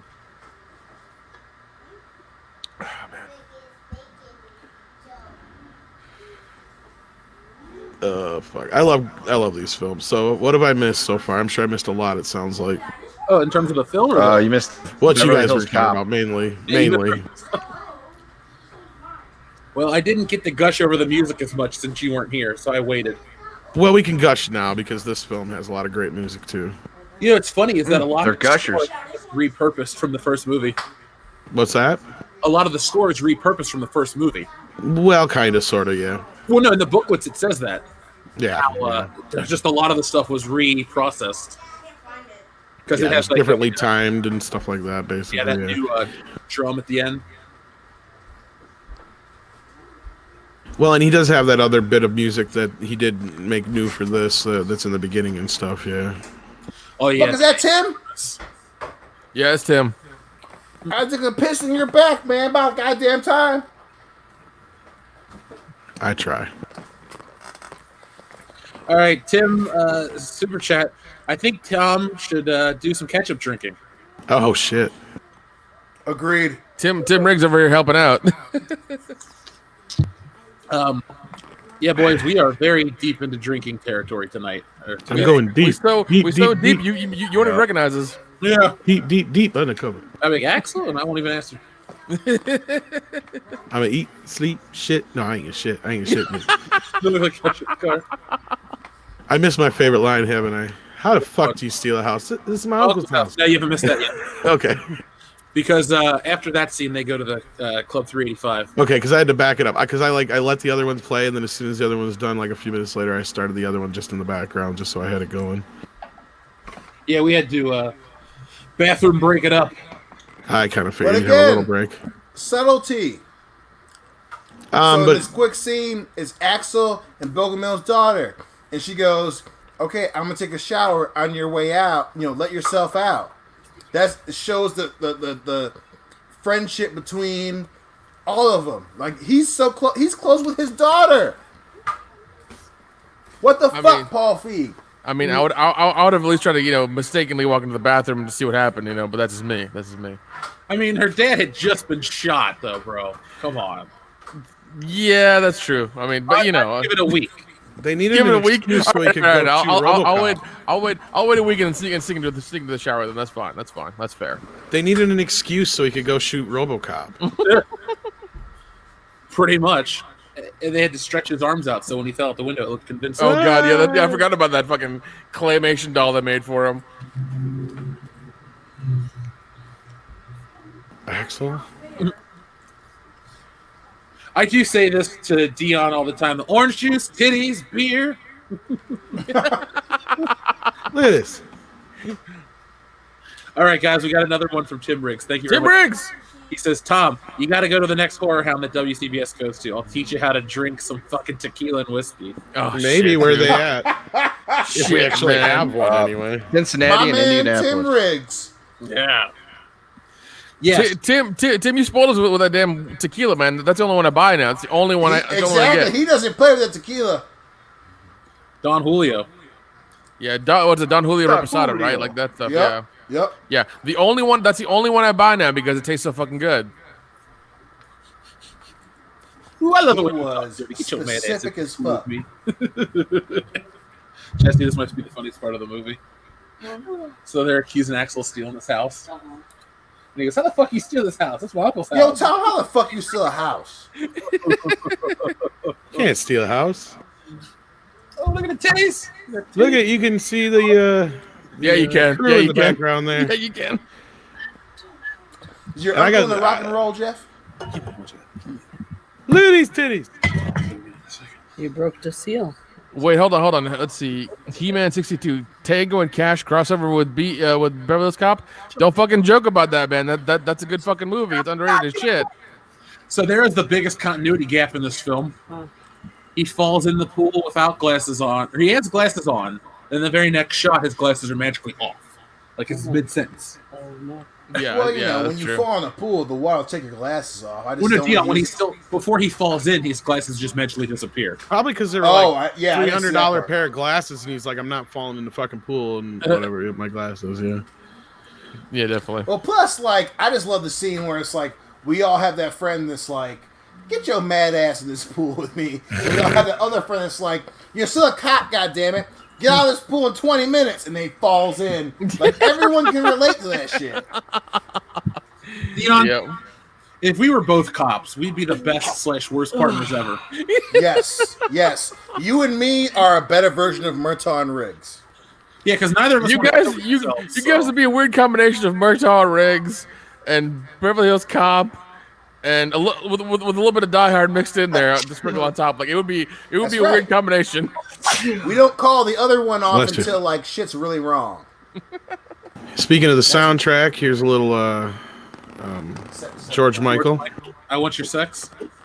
Ow! That's the name of the song, folks. I thought you never asked, Jeff. That's why you're on the high count. You've just been waiting this whole time. Love connection. It's a long game. Damn, Tom's frisky, man. He's been in quarantine too long. It's President Gerald Ford. He wants to get out among the people. Tom, my favorite line is, y'all both look like Gerald Ford. I love that line so much. Y'all both look like Gerald Ford. and also the awkward stripper we get. Yeah, the stripper is awkward in this film. She's like chastising you for watching her. Yeah, it's weird. Yeah, but she got him out, so that's all. Tony Scott has an odd type, I think. Listen, she might be weird, but her abs are phenomenal. This was the late 80s, so like aerobics were like huge. And that's true. Aerobicizing was the fucking aerobics, thing. And my man is separated. Imagine being separated from your wife, and you have a toned, fucking strong as shit stripper. You're like, I'm about to make every mistake the right way. I used to, as a kid, I heard that line and I had no clue what it meant, and I shouldn't have. Here's one of the other best lines of the movie: $7 for Coke. I get blown for $7. Love that shit. I've I've actually said that because I went to a restaurant one time and somebody did charge me like $5 or $6 for a Coke, and I was like, I can blow for that. And I bet you they gave it. They got so pissed off at me. It's like what? Listen, you ain't never not seen to interrupt you guys. Again, subtlety. They're getting shots. Axel's not there. There's a strong as fuck stripper right there. And he goes, hey, we're getting deep in with Axel again, which obviously references the first one, but you assume as the viewer there have been other adventures. And then they say, and he goes, fuck it, to Bogomil. And Bay goes to Bogomil. Like, it reminds you, hey, they've been in some shit together. And then, on top of that, they're like, yo, our buddy got shot. Someone's paying for this shit. Like this, and again, the subtlety of their friendship. And Taggart actually, instead of part one getting fucking soda, takes the goddamn big ass shot of whiskey that he just got given. I think that speaks to the fact that him and his boss, or they came up together. Remember, because he says that. Yeah. They came in the cat. So went to the academy together. So chances are they probably were like old buddies and shit like that, and he just rose above him in rank. But whatever, Well, that's Bogomil and Taggart. That's what I'm saying. They have a relationship, yeah. Right. So Billy, obviously, Billy was under Taggart's wing, but even then, you still have the establishment of, hey, all three of these dudes love Bogomil. So Taggart, they were in the academy together. Obviously, he says that earlier, where he's like, of course I'm gonna fucking back his play, But then, Billy's drinking for him, and obviously the whole film of the whole crux of the movie is, Axel comes out to California, but they're all, again, it's a subtle movement that shit has happened between 1 and 2. Hey, Dion, from now on, when we go to toast, everything is for Bogomil. Oh my Amen. God. Bogomil. Now, our friend Tim Riggs sent in a super chat. God damn it, Tim Riggs. Fucking love you. It's a fiver, guys. It says, here's where the modern day is better than the 80s, especially with the hot chicks. Yoga pants, clearly a gift from God for the 21st century. Depends on who's wearing them. That's true. Hey, Tim, this is for you. For Bogomil. for Bogomil. So when I was in college, there was this girl who always wore see-through yoga pants, and my teacher caught on that I sat where I sat because of that. And it's like, giving this nod and smiles. You failed that class, didn't you? No, I got an A. Oh, shit. Even better. Dude, I had great grades in college. Once I got to UC, I had to pay my own bills. I was like, I'm His getting senior just kept asking her questions so Jeff could look. Yeah, well, he can't condone my actions, but whatever. It's too bad I missed the intro because you wanted to talk about the soundtrack, Jeff. The song Shakedown was actually written for Glenn Frey to sing, just like The Heat Is On. Oh, shit, I didn't know that. And he lost his voice, so he couldn't sing it. So they brought in Bob Seger instead, and it wound up being Bob Seger's first #1 hit. Oh, wow. It's a damn good song, too. Bless you. Bless you. Sorry, I'm so sneezy. I'll be back. Allergize. Yeah.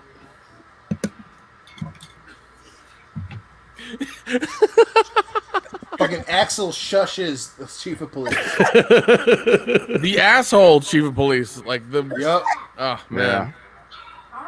This chief of police looks like he was supposed to be the mayor, but he didn't get the part, and he's became chief of police. Then that's his his consolation prize or whatever. That's what it looks like. Well, again, too, as much I love saying this, these films are about stupidity, right? So imagine you're the chief of police, and even if you just look at the first film, that Taggart and Rosewood are 2 of your best cops, but you're gonna fucking regulate them to traffic duty. Well, it they also happen to be at a shootout at a very respectable club. Well, you're either too dumb to know that it's near a very good club, or you're too dumb to know that your best cops are working traffic duty. Well, this guy also is obviously the new chief of police because we've seen the old chief of police in the last film. So somewhere between here and there, that guy retired and this is the new guy. So he's obviously just trying to be a hard ass to prove himself and all that kind of. He may have something out for Taggart and whatnot because they're probably around the same age and whatnot too. Who knows? Stupid. Probably because he's better friends with Bogomil and stuff. One of the things, too, I mean, if you want to really delve into it, it's like, yeah, if this guy came in and he knew how good Taggart and Rosewood were, but that they had the habit of going, not by the book, you could imagine a new chief of police comes in, and he's a stickler for going by the book, and he hates those maverick cops, who go outside the rules. Yeah, and they always get special treatment from Bogomil and shit like that. So, I could see him being well, the only thing I'd say about that is the only reason that's a great assessment. The only reason I said that you're wrong, obviously, because based on that we're drunk as fuck watching this fucking movie. You're wrong because Bogomil is established as the by the book character. So with Billy and Taggart, they already run that department is already run by the book because of Bogomil. So even with the new chief of police coming in, by the book is the standard for that department because of Bogomil. But here's what I'm saying: is because of Axel Foley's influence, we've seen now that Rosewood and Taggart kind of do their Maverick thing. So maybe that was part of the rub anyway. That's what I was getting at. Yeah. Bogomil is all about by the book, but Taggart and Rosewood were the two exceptions who got so this new chief of police comes in and goes, why the fuck do these guys get away with it when your whole rest of your department? Yeah, and again, I'm not saying that's wrong, but because the way he acts, it almost seems like they've done stupid shit like this before. Like they're almost in the same kind of spot where Axel is in the first movie. Because I'm coming from the same. They don't place do that stupid she is, shit. They're not Riggs and Murtaugh stupid. But they still do by the book with the occasional outside the line shit. Like when in the beginning of this one, Rosewood calls the FBI. Now everyone that's not into law enforcement, especially in the 80s, jurisdiction was a very huge crutch for law enforcement because everyone wanted to solve their own cases. So they may be by the book, but Rosewood, they'd be the best because they mix the two very well. So in terms of my point being stupidity is the biggest part of these films, obviously a smart chief of police would recognize that. Any normal chief of police would do the same thing. This chief of police is exceptionally stupid because we all know that they're good, but he doesn't realize how dumb he is. All right, let me rephrase what I said. The stupid shit I mean by like just causing issues like they did with they're like not as bad as Axel, but like I'm sure they've caused enough trouble to where they're on his radar for that reason. And like that makes more sense. Like Jesse was saying, is like because they're friends with Bogomil and because of the whole Axel influence, like he lets them get away with it because they get results probably, which is like gone against what they normally have done in the last few years there, which has rubbed this guy the wrong way, which I come from the same kind of area. Like I said stupid shit just in a sense, but it was poorly worded. But I get where you're coming from. No, that makes sense. No, that makes sense too. Guys, we got a 20 from Cruising Through Time, boys. Oh, God damn it. Full drink. God damn. Oh, it's not TM? Okay, it's not DM. Thank God. All right, Cruising Through Time. Who says, drink up, boys. Cue the epic Dion rant. Hail to my Titans, who almost beat the Chiefs at the end. Respect to the Chiefs, though. All love from Tennessee. Wait. First of all, it's Tennessee. Easy. And also for Bogomil. Yeah, you're a Vols and a Titans fan. Easy. Losing by 11 isn't almost beating the team in the end. D2. Hey, but you know what, Kendo? He's showing all the respect to the Chiefs. You don't need to rub salt moving, bro. A lot of people. The Vols only won the championship once in '98, so easy.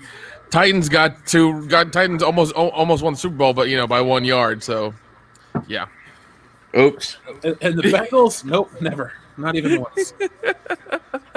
Hey, Tom, even though we're not going to do it today, you know what would be the perfect third film for this viewing? What's that? Fletch. Yeah. Ooh. That's not a bad idea. Or Beverly Hills Cop than Beverly Hills Cop 3. Kind of, sort of. It was. I'm sure Chevy Chase is like, I need a Beverly Hills Cop. I don't think that could have been the case, though, because it comes out 6 months after Beverly Hills Cop.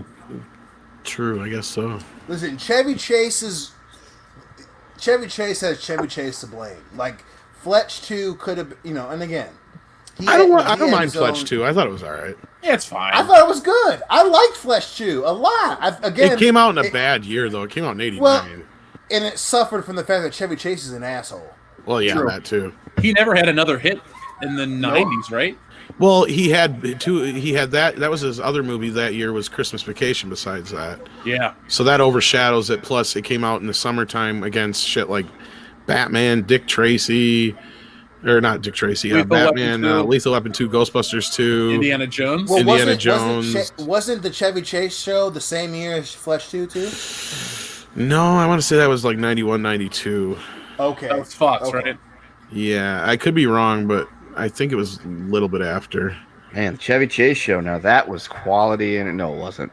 Yeah. And that's the problem. Like, if the Chevy Chase show is huge, again, he's in a different spot. I think him being Chevy Chase was the detriment to his stardom for sure, especially when compared to Beverly Hills Cop and Eddie Murphy.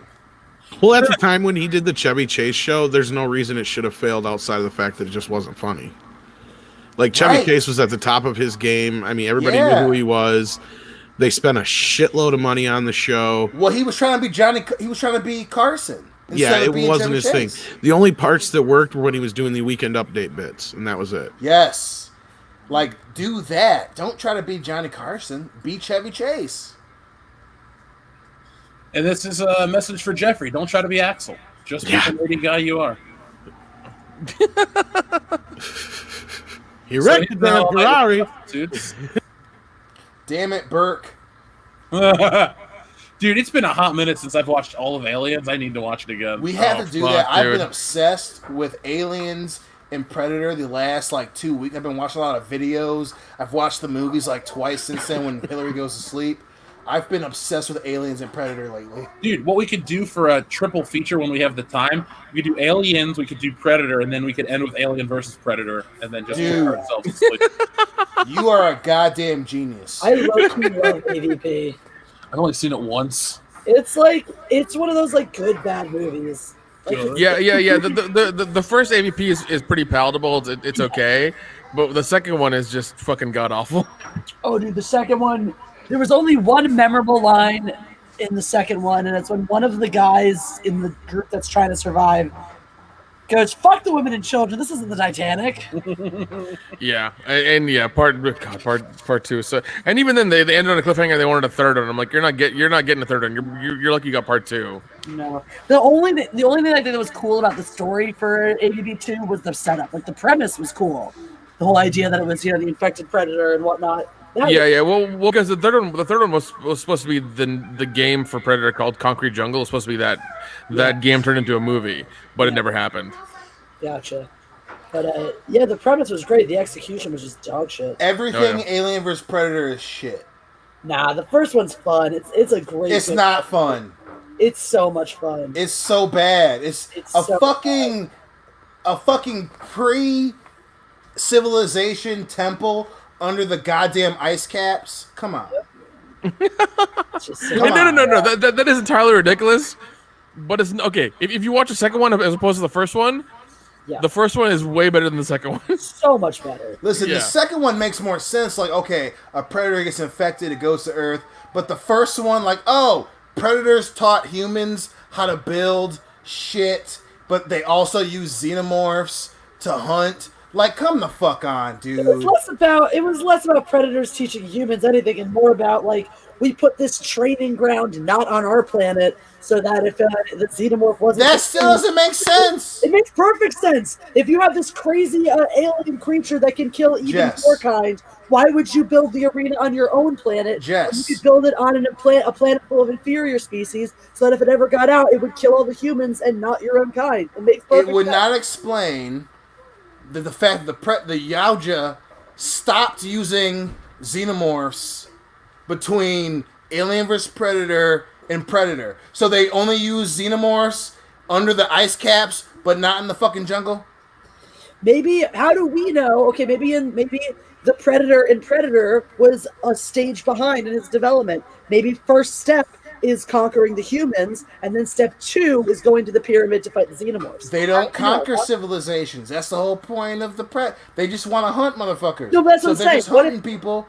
Why wouldn't they use a xenomorph? So if you're only, again, obviously, you give them credit for, hey, it's 2004, whatever, but it loses steam because the comics and the books between Predator and Alien vs Predator, they didn't come up with one movie for that shit. It's a bad idea. They fucked it up, and it doesn't exist in my book. It's terrible. Well, I enjoy it. You should enjoy it for sure. Don't get me wrong. I love Alien vs Predator, but objectively, as a bullshitter, it's so bad. It's just and then you got Sathya Lathan randomly becoming a Yautja. I thought you were arguing against the palatability of the film. I'm not making any arguments for its quality or its logic. I'm just saying it's fun to watch. I'm not going to Okay, I agree with that. I will agree with that. It's fun as hell. It's very fun. Yes, it's very fun. But second, right, so Tom Rothman made that movie a fucking stupid piece of shit when it could have been something so much better. You have no idea. I have a question. He's the reason it's on Earth. Here's the question though: what is more damaging to Predator lore, the first AVP or the most recent Predator film? Oh shit! Say it again, Jess. Which one is more damaging to Predator lore, the first AVP or the most recent Predator film? First AVP, no doubt. Listen, Predators was not great, but it's not damaging. AVP is way fucking worse. It is so bad. So because the implication. So even if you just look at AVP. Just AVP, yeah. If you're talking about Requiem involved, just AVP, you're saying that the Yautja are so stupid they use the xenomorphs for generations to hunt, but they don't take into account a Yautja being impregnated. I'd say the Predator is worse because it's basically the same storyline as Requiem. Definitely not. Definitely not. There's no universe in which. If the Yautja had, again, by the time the AVP comes out, the Yautja have been here for millennia. Have you seen the latest Predators movie, though? I like the latest Predator movie. Yes, I've seen it. Trust me, I've been obsessed for the last 2.5 weeks. Again, if you're the Yautja, watch. Another movie that I think is very entertaining to watch, but in terms of the actual lore of the characters, though, you're saying there's now a subset of the Predators that want to help humans Hold on, Jess. Let me kick the kids out. Hold on. Hold that thought. Hold on. D2, get out of here. Go. Hey, before we pick this up, our friend Ryan Geiger says, do we all remember that this movie won the Nickelodeon Kids' Choice Award for Favorite Picture of the Year? What? No, it didn't. Did it really? Wow. I put it in video not long ago. That's amazing. Fucking amazing. Kids are awesome back then. Wait. Beverly Hills Cop 2 did? Yes. I gotta look that up. That's crazy. See, back when kids were cool, before they were a bunch of Karens. That's true. Kids are still cool. Just people who make movies for them are stupid. Well, not just that. Yeah, that's true. And not only that, it's a lot of times it's the parents. You got a point there. What? Because Jeff and I are wrestling fans. Oh my god, it is Kids Choice Awards. Favorite movie, favorite movie actor Eddie Murphy. It's right there. Hells yeah! Holy shit, that is ridiculous. I saw this when it came out. I was a little 7-year-old. I don't give a shit. Billy. So when I rented this for the first time, I fell in love with it to a point where I think I watched this one more than the first one. And then I liked the third one for a minute. And then I realized it's just terrible. I still don't hate only a minute. I still don't. I mean, it gets a bad rep, but I don't know. It's better than a lot of movies. But I love this. I think this film gets a lot more of a bad rep than it should, too. Two, at the very least, is just as good. Bad about it. A lot of times it gets accused of being a ripoff of the first one, so which I don't get. Well, Die Hard does, too, but people don't want to realize that Die Hard is probably just as good because it's not like there's a difference between like cheap ass sequels. Beverly Hills Cop is not one of them. I agree, and I'm glad you brought up Die Hard 2 because that's one I feel like is very overrated in comparison. And I say the same thing. I'm like, it's just the first film in an airport. Yeah, people say the same shit about this right before we came back out too. Really? Oh, cool. Yeah, we did. No, it's I'm glad you brought that up then because I feel like that's something that's unfairly like this film's burdened with when it's like, really? I think there's a lot of differences in this film, and you guys have been talking about a lot of them. Like Billy's character is allowed to grow, Taggart's character is allowed to go. Bogomil changes, Axel grown. I mean, you learn Taggart as a family, and he's lost his wall.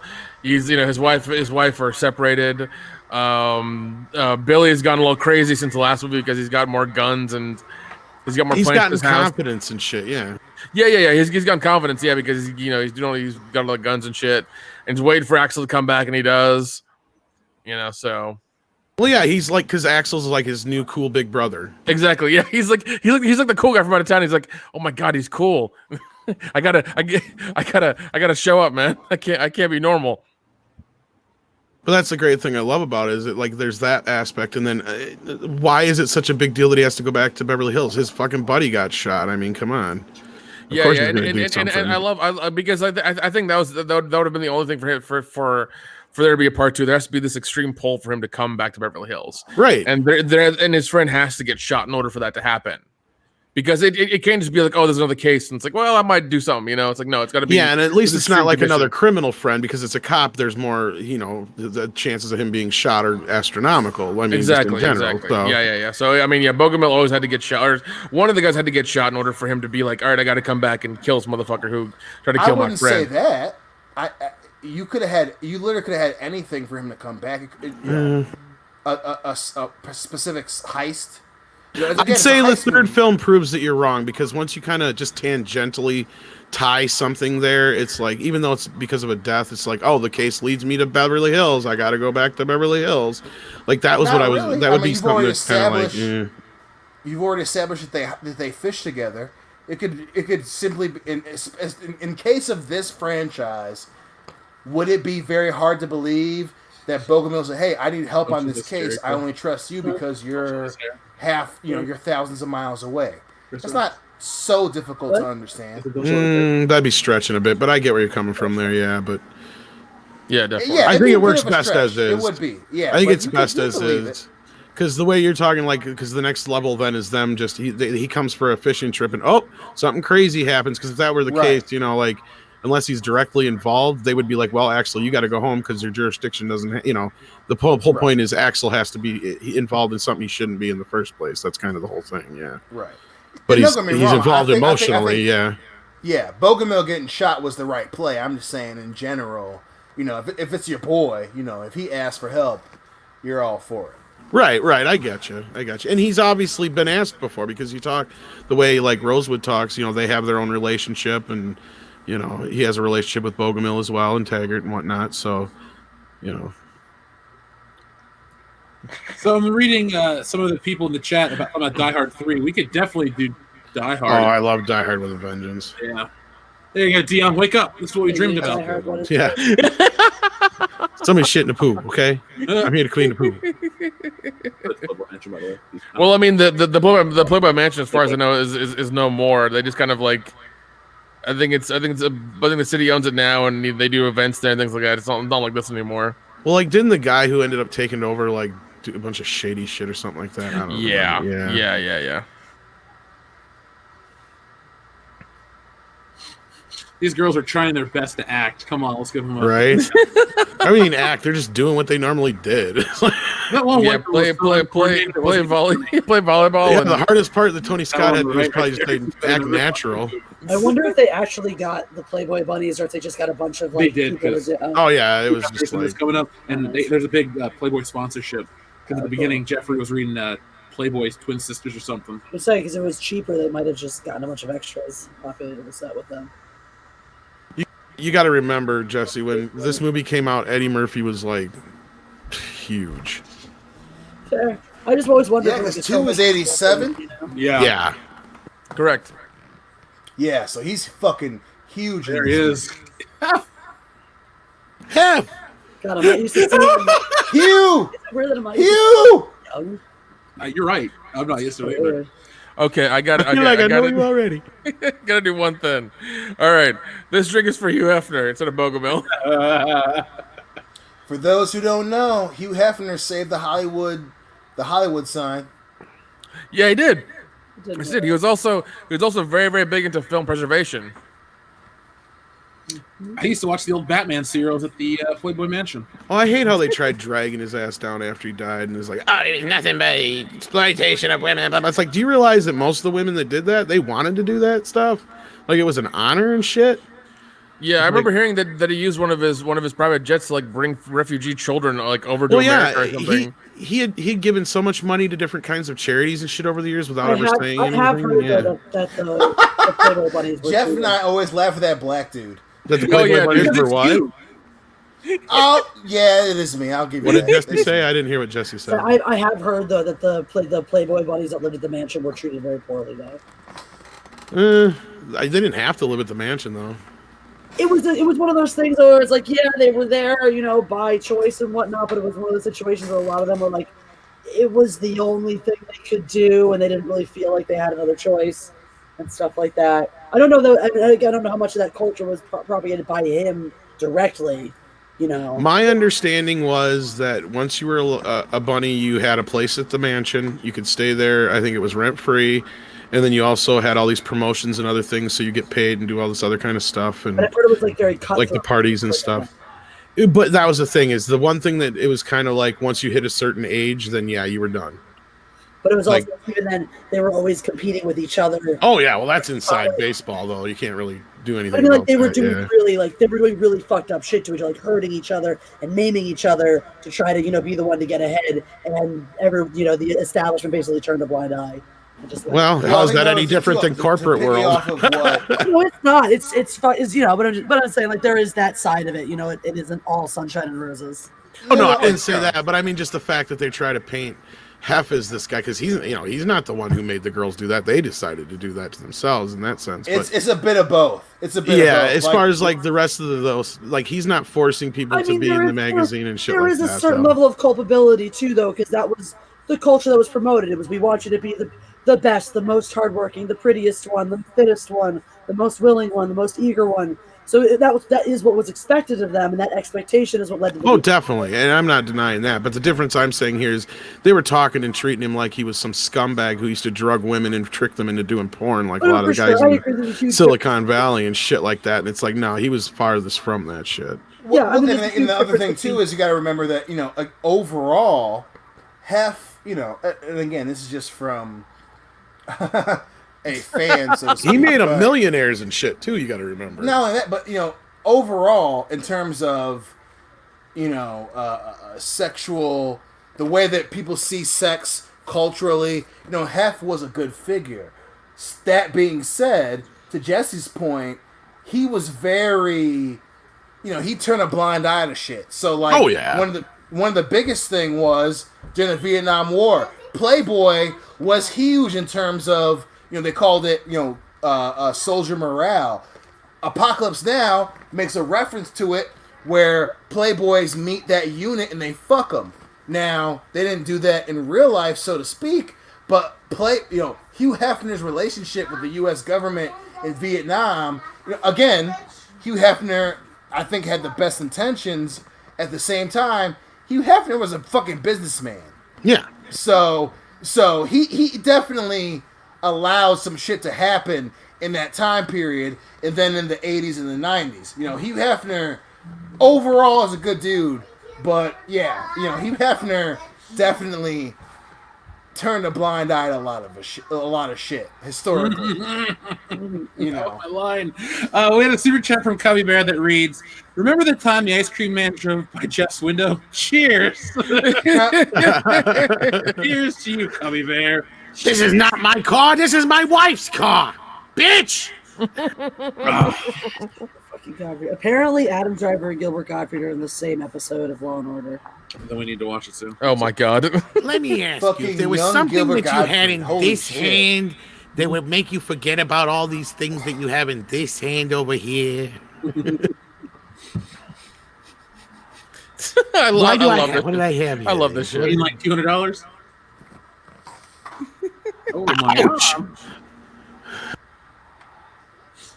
I love Billy in this scene. He's trying to keep him straight. Yeah, him and Taggart. Put on their glasses.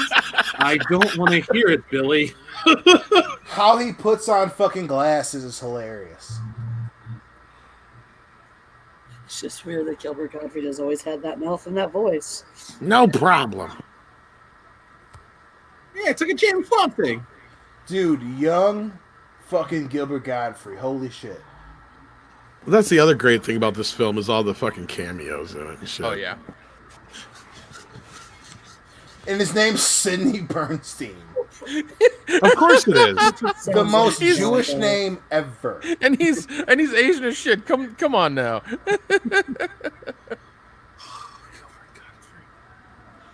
Bitch! I keep that sound clip on my phone just for you, Hey. Dion. Oh god. 9/11. That's not my car. Oh god. 86. I see it. Oh, wow. God. It all makes sense now. Yeah, and Beverly Hills Cop 2 gonna go to predicted it. Ralph's and get a heavy cream. But again, it's a testament to how smart Axel is. Like, he remembers, oh, one of my good friends, his daughter works in fucking insurance. They know about this dude, Sidney Bernstein, and we happen to know about his wife's parking tickets. Sure, it's not Berenstein. I think the tickets were fake, but yeah. Well, still, they identify this guy and use it against him because they know that he's not the sharpest tool in the shed. Dion, $20 from DM, one from Sidney Bernstein. God damn it, DM! DM, what are you doing? Let go of my arm. You give me your glass, Jesse. I'll make you a new screwdriver. You motherfucker! Why? Why do you hate us right now? What did we do to you? I'm sure if I hadn't said anything too. Here we go. Possible. I'm gonna have to drink a weaker one, or like a stronger one. I'll give you more of the juice. Oh shit, DM, fuck you. Basically, if it wasn't for Three Men and a Baby and Fatal Attraction, don't this laugh would have about been. it, Dr. Coffin Nails. Both of y'all fucked up. The two of you are the worst by now. If it wasn't for Three Men and a Baby and Fatal Attraction, though, this would have been the #1 movie of '87, and it barely got beat by Fatal Attraction. I don't know if you were here for the part where I said I have a store display for this movie on VHS. Fuck you. Just fuck you. No. Well, no, it says like the #1 video release of 1987. I'm just like, I'm glad Beverly Hills Cop was that popular. Still to that day. Pack a single. It's surprising that it still came out in '87 because normally is there ever a longer a window bigger yet. indication that someone's an asshole? They pack a single cigarette. Dent is such a piece of shit. He packs one cigarette against the case. It depends on if it's filterless or not. Still, but I get what you're saying. No one likes those people. Hey, hand me a beer. I would let it go. My point is, I'd let it go if it was a filterless, but otherwise, no, you would. You're a liar. You're probably right. Was there for you? Thanks. You're a smart, charming dude. You would be like, "Yo, can you stop that, please?" Oh Jesus, guys! All right, we got it. We have to chug another drink. Oh my God, Diego! What the fuck? $70, Holy dude? hell, Diego! God damn it, man! Hold on. We got to read TLJ Screwjobs first. Yay. TLJ Screwjob sends one of two. I was watching a documentary, and it was a Playboy model or bunny talking about how they rushed her into a field hospital. And then it's a two-parter. I'm going to read the second part. To see a guy, and the guy say, "Hey, I've been waiting for you," and then died right there. Oh my God! Wow.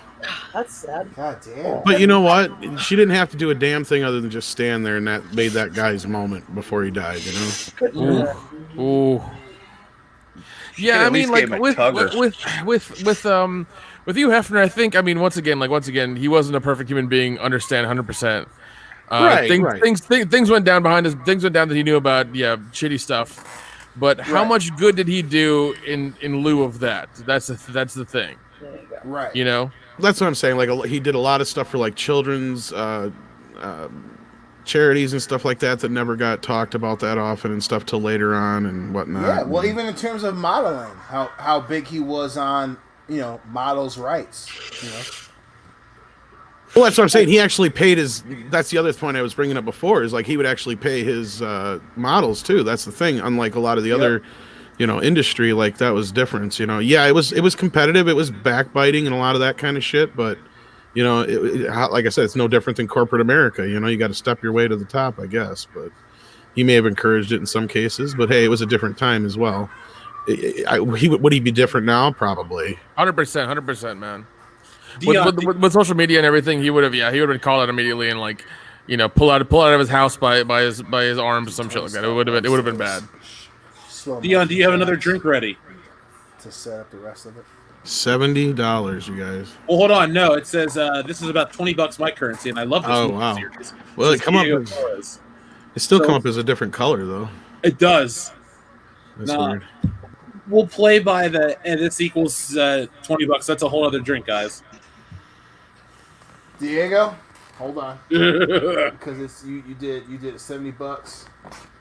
And I think another thing about this movie doesn't get enough credit is the heist that the bad guys are pulling off, like the whole thing about how it's all these businesses they own and the insurance heists and stuff like that. And I think that also helps with her working in the insurance place and all that stuff. And it all ties together kind of nicely, I think. I love you, Diego. We missed one of my other favorite lines too. Damn it. Are you driving again, with your you know, eyes you- open, or are you like driving with the force? Well, you I love bring that up line. a good point. You know, this heist. Again, you know, these movies do a great job of subtleties.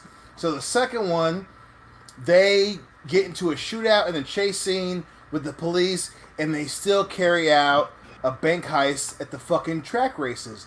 And again, it shows the subtle adjustment by Dent when, hey, we got this loose end, we have to kill his ass. And I'm going to send my girlfriend to shoot his ass. And again, you know, not many recent films are good at that, you know. And even then, subtleties. Axel knows it's a setup. So they rob the horse races, the cops get there too late, and the fucking chief of police is so dumb. We just talked about this. He's so dumb that he falls for it. And Axel starts laughing on the steps because, hey, you know, these dudes are the cops are idiots, and Carlos Dent's is really another fucking name smart. for Charles. Right. You know, it's fucking Paul Feig. What are you doing? Pay attention to this Whoa, shit. whoa, whoa, whoa, whoa! You get only one more, and then he's gonna appear in your living room. Start trying to write Ghostbusters 2016 Part 2. So calm down, calm down. That or be careful. Listen, They'll I try and got make all Beverly Hills y'all. Cop If with Melissa fucking McCarthy Leslie. plays me, you guys are still there. I say you be will careful. live on. We're gonna get Beverly Hills Cop with Leslie Jones if you're not careful. Oh, Jesus Christ! Just stop. Plus, you got Midnight Edge. This motherfucker's here. Listen, listen. The only acceptable female actress I would take is Viola Davis. Okay, maybe. I'm sorry for even putting that out in the ether. Aren't we all excited for Beverly Hills Cop 4? Thank God. One day, hopefully, it'll get released. I know it's going to come out on Netflix and stuff, but Is Brandon Jackson no longer part of it? no. Oh, is he the one that was supposed to play his kid in the Yeah. TV show? Yeah, no, that didn't No, go he nowhere. was his like nephew or something, right, Jeff? Whatever it was, his yeah, son. nephew or his kid or something like that. Yeah, that It didn't was go so anywhere. bad. You know, there was another series we never got from this, Beverly Hills Cops, that would have No. actually had Judge Reinhold and what's his face in it as Taggart and Rosewood, but they turned it down because it didn't have Eddie Murphy involved in any way. Yeah, that'd be weird. That'd be weird. You know. I think it'd be kind of fun to just see them because it's them playing. off Oh each no, other. I feel like I know what you're talking about. It was like NBC wanted to do a show like it was like Beverly Hills PD or something. Well, it was just plural, Beverly Hills Cops, because they're Beverly Hills Cops. Yeah. It was like it was going to be a TV show. Yeah, and it was Rosewood and Taggart, but they turned it down. Yeah. Because it's NBC. When this Imagine music being gets about to get so serious. headstrong, you think 2 pump-action shotguns are your weapons. All I can imagine though is those conversations they're having in the first film and in this film. Just think about that for an entire series. That'd be hilarious. Kendo, would you ever use 2 Yeah. pump-action shotguns? No, that's a bad idea. Thank you, sir.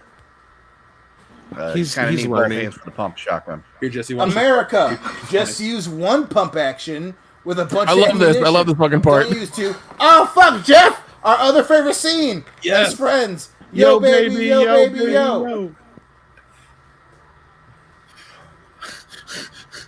The Rap Coalition of America. Not only that, but Billy waits. Billy waits. Yeah. Ow. Jeez. That duster's such a cool coat. Yeah, I'd wear one. They're nice. We should get this pizza one day. Just for reference, Jesse, if you ever get kidnapped by Colombian drug lords, this is how Jeff and I are going to get you out. This exact same scene. Just wear protective gear and be careful. I appreciate you. I'll Thank be you. there, too. Thank you. Oh, thank you. You guys are I'm going to really have the sweet. duster. Jeff's going to have the Lion's jacket. I get the line. I get the missile launcher though. Okay, cool. Tom gets a missile launcher. As long as you know how to properly fucking use it and don't just read the instructions out loud. Like, I like that. I don't have one of these. Nick gets the fucking gum. I get the gum.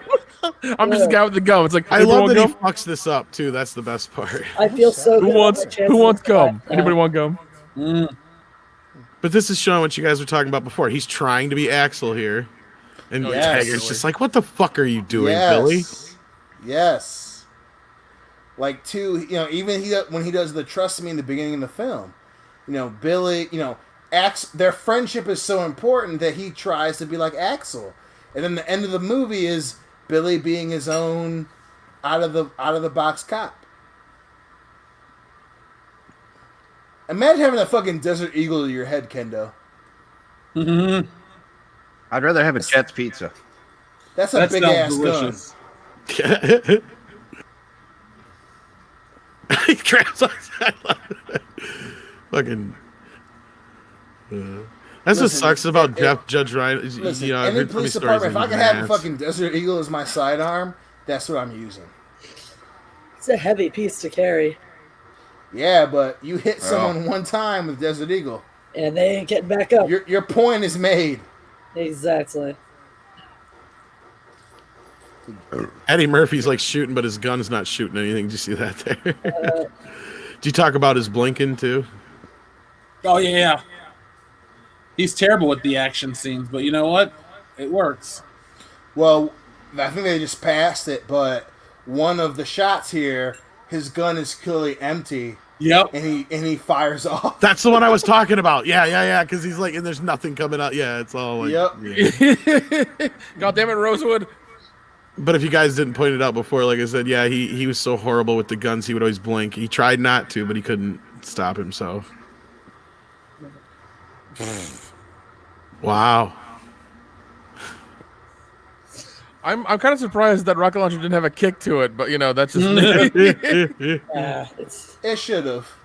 Fuck Rambo. Fuck Rambo. Listen, young Brigitte Nielsen. I would marry Brigitte Nielsen today. Fuck it. I don't give a care. All right, Flavor Flav.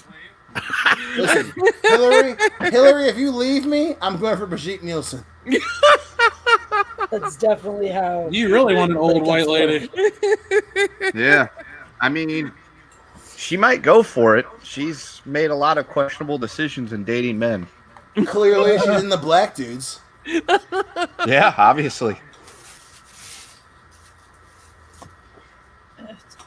Yeah, but wasn't she giving Sinead O'Connor a run there for her money for the crazy department for a bit? Yeah, for a little bit. A little bit. She's definitely crazy, for sure.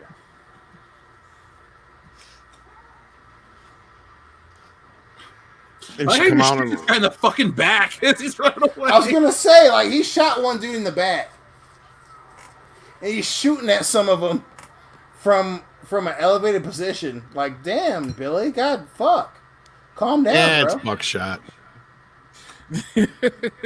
What is the gun Jamaican? What happened?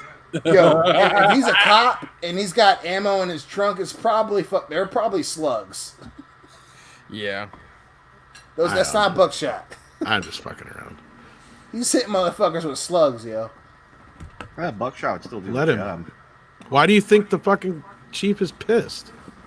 Because he's always pissed. I don't know. His wife's like, giving it to him. What do you... Billy's trying to be Axel Foley and he's shooting motherfuckers in the back and shit. Have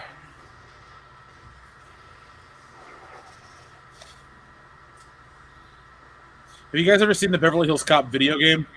No. Yes. I haven't played it, but I've seen it. Holy shit. Yeah, it's for Commodore 64. Oh my god. Oh, I thought it was Super Nintendo. No, there's one for the PS2, but you play as a white guy named Axel Foley, and it doesn't have a theme song, but it's officially licensed the video game. What? Yeah, look up Google, Nick, go to Google and type in Beverly Hills Cop video game. Oh my god, I don't even know if I want to right now. Fine, I'll share you a picture. No, it's fine. It's right. God, that's just so disheartening. Yeah, this movie's never gotten a proper like. I always love the shot where it explodes and it stops moving. Beverly Hills Cop walkthrough video game, PC game, 1990. I'm not dead. You're not Bridget Nielsen, thankfully. Ponies. Women. She's a big bitch. Women. No, he goes women. There we go. Should have said bitches. This isn't. What is that movie? Warm Bodies, Bitches, man. Bitches. Listen, when your best friend saves you from getting shot in the face with a Desert Eagle, it's a good day.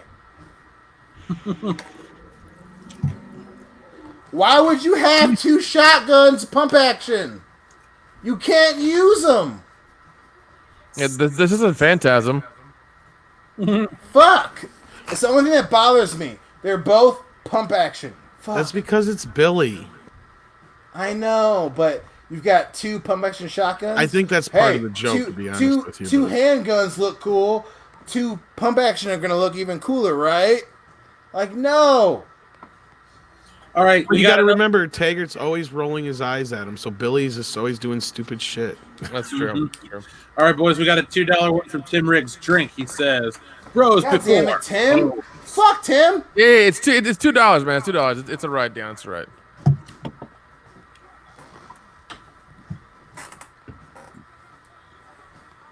Guns. Uh-oh, Billy's mad. That's right, Billy's mad. Don't fuck with Billy. Take your head out of your ass. God damn it. Kiss my ass. Head out of your ass? What?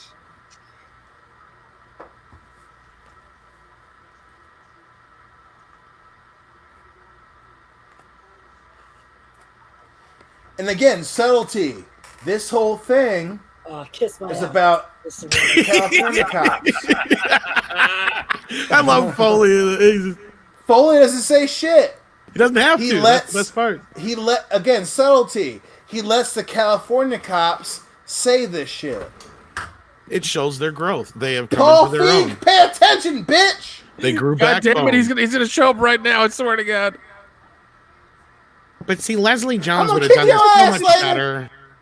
Do what now? Leslie Jones would have been so much better in this with Melissa McCarthy and Oh my God. Kristen Wiig as the Taggart and Rosewood parts. Jeez, I'm gonna punch you in the dick, Tom. I swear to God. I know. I'm sorry again for putting that in the ether. I do like how they write themselves out of dealing with Axel Foley ripping somebody off by donating the money to charity. Yeah, it's fucking good. Sydney. With me, afros and big dicks. I love it, but you're going to get more and more like me every day.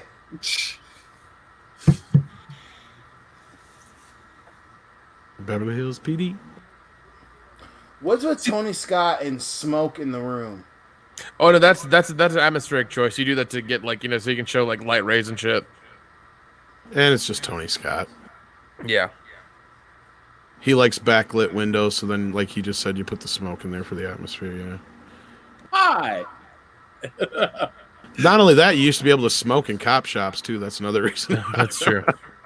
What the hell are you telling these people? What the fuck have you been telling them? He wrecked the damn Ferrari. California hero. This movie is just infinitely quotable, dude. You see Treaty Friedman? Yeah, Treaty Friedman. Fucking Burke wrecked the Hey, let me goddamn talk Ferrari. to him. Axel. He hung up. See, people talk about TV shows. I want to see Axel and Burke, and not Burke, but Axel and Jeffrey. Like, Yeah. I want to see that shit so bad. No, I never got that. Is like, are they partners and Axel just ignores the fuck out of him and leaves him at the station, or what's the deal? Right? Right? I That's a never great understood that, question. Rick. Because I think that's they the are, only thing. dude. They're supposed to be partners. I think so. Because why else would you cover for a cop buddy, like, especially in the He's second like, are we one? supposed to be partners on this one? He's like, yeah, we'll be my Exactly. partner. You know, like, I think that's the whole joke that they never kind of really established with us, is that he is his partner, and he just treats him like shit. Dude, that's what I'm saying, Tom. I think Jeffrey's supposed to be his partner, and he fucks him over. I guarantee you, the first conversation they had is like, you want to help me? The best thing you can do is stay here and do all the paperwork and stuff. Like, that'll help me do my job, and then we partners.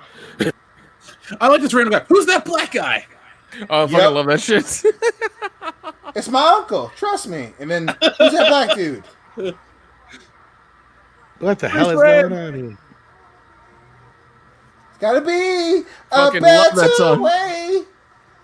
They should have used the okay sign, but I'm okay with it.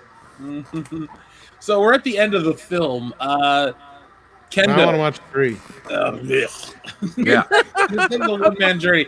Kendo, on a scale of 1 to 10, what do you rank this one, and do you like it more than the first? 10 out of 10 would bang. And I like the first one better. Nick, same question. Yeah, man, 10 out of 10. Well, okay, it's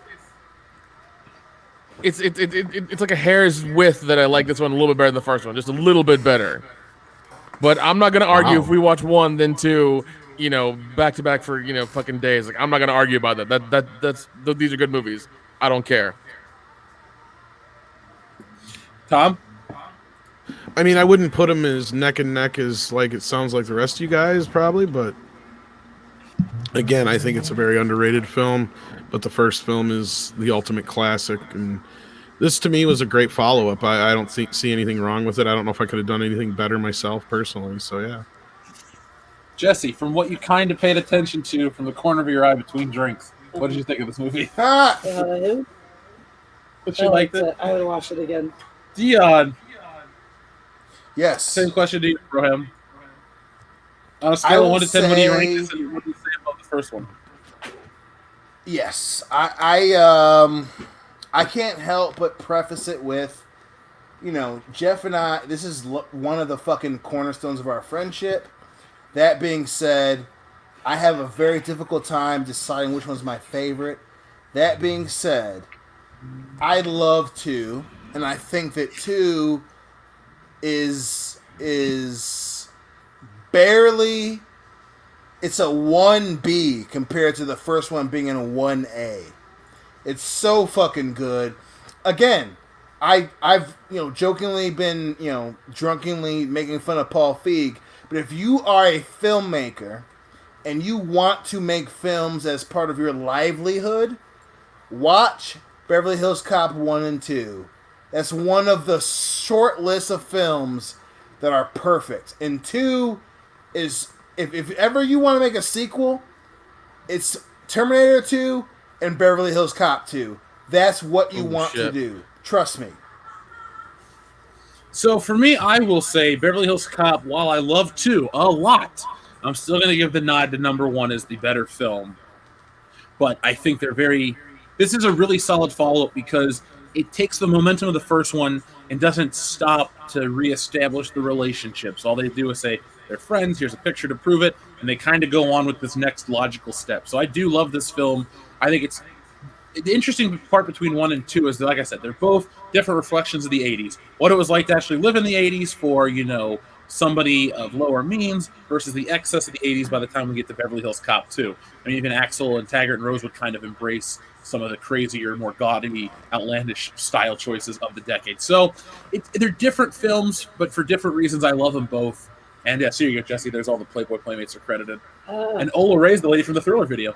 Because that's what I'm saying. Ooh, Atlanta Source is this? I think I'm not sure because the Playboy Playmates and Playboy Models, they have credited differently. So they probably had the. Well, the ones on the left were, because I could tell you, I know 2 of them by heart. What was I saying? Because it had said Playboy Playmates and then Playboy Models. Okay. So I wonder if it was like only those. I don't know how many women actually lived at the house at the time. I was gonna say I think it's just the Playmates that live at the house. Yeah. So I wonder I don't know how many Playmates there are at any one given time. So they didn't get extras though. Instead of extras, they got more. They just brought in more Playboy Models. Okay. It's kind of cool. So I think we've reached a nice logical ending point because the movies are over now. The movies are both over. We did both films. I'm not sober, so I'm going to go in a minute. Yeah, definitely. Is there anything you guys want to add before we head out? Too bad we're not watching 3. I think what you're just trying to tell me is you miss hanging out and you want us to do more. I streams. do, and I feel bad I missed it because I thought it didn't start till 5 o'clock. That's okay. That's fine. All right, Tom, where can we find you on the internet? Hold on, we have another super chat from Tim Briggs first. It's a 21. So guys, damn it. get a whole drink ready. This will be the last one. This is the last one. Right. For Bogomil. For Bogomil. All right, we're doing that. For Playboy. For Alana Soares. For TNA. The tag team? Preston Albert? Shit. Well, that. Yeah. Okay. Cool. Yeah. Why not? Okay. Jeff whatever. Jarrett? Thank you, Kinnerdack. We appreciate the compliment. We appreciate each and every one of you fine folks out there who joined us for fun. We've decided that since it looks like a lot more things are going to stay closed for a lot longer, we're going to do fun shit like this to give you guys more fun entertainment. We don't have a date planned for the next one, but we know there's going to be a next one. So from all of us here at World Class Bullshitters, thank you. Good night. Join us on Tuesday night for the High Council, Thursday night for the show, and check out all of our bonus content. But most importantly, no matter what you do today, folks, no matter where you go, always be excellent to each other.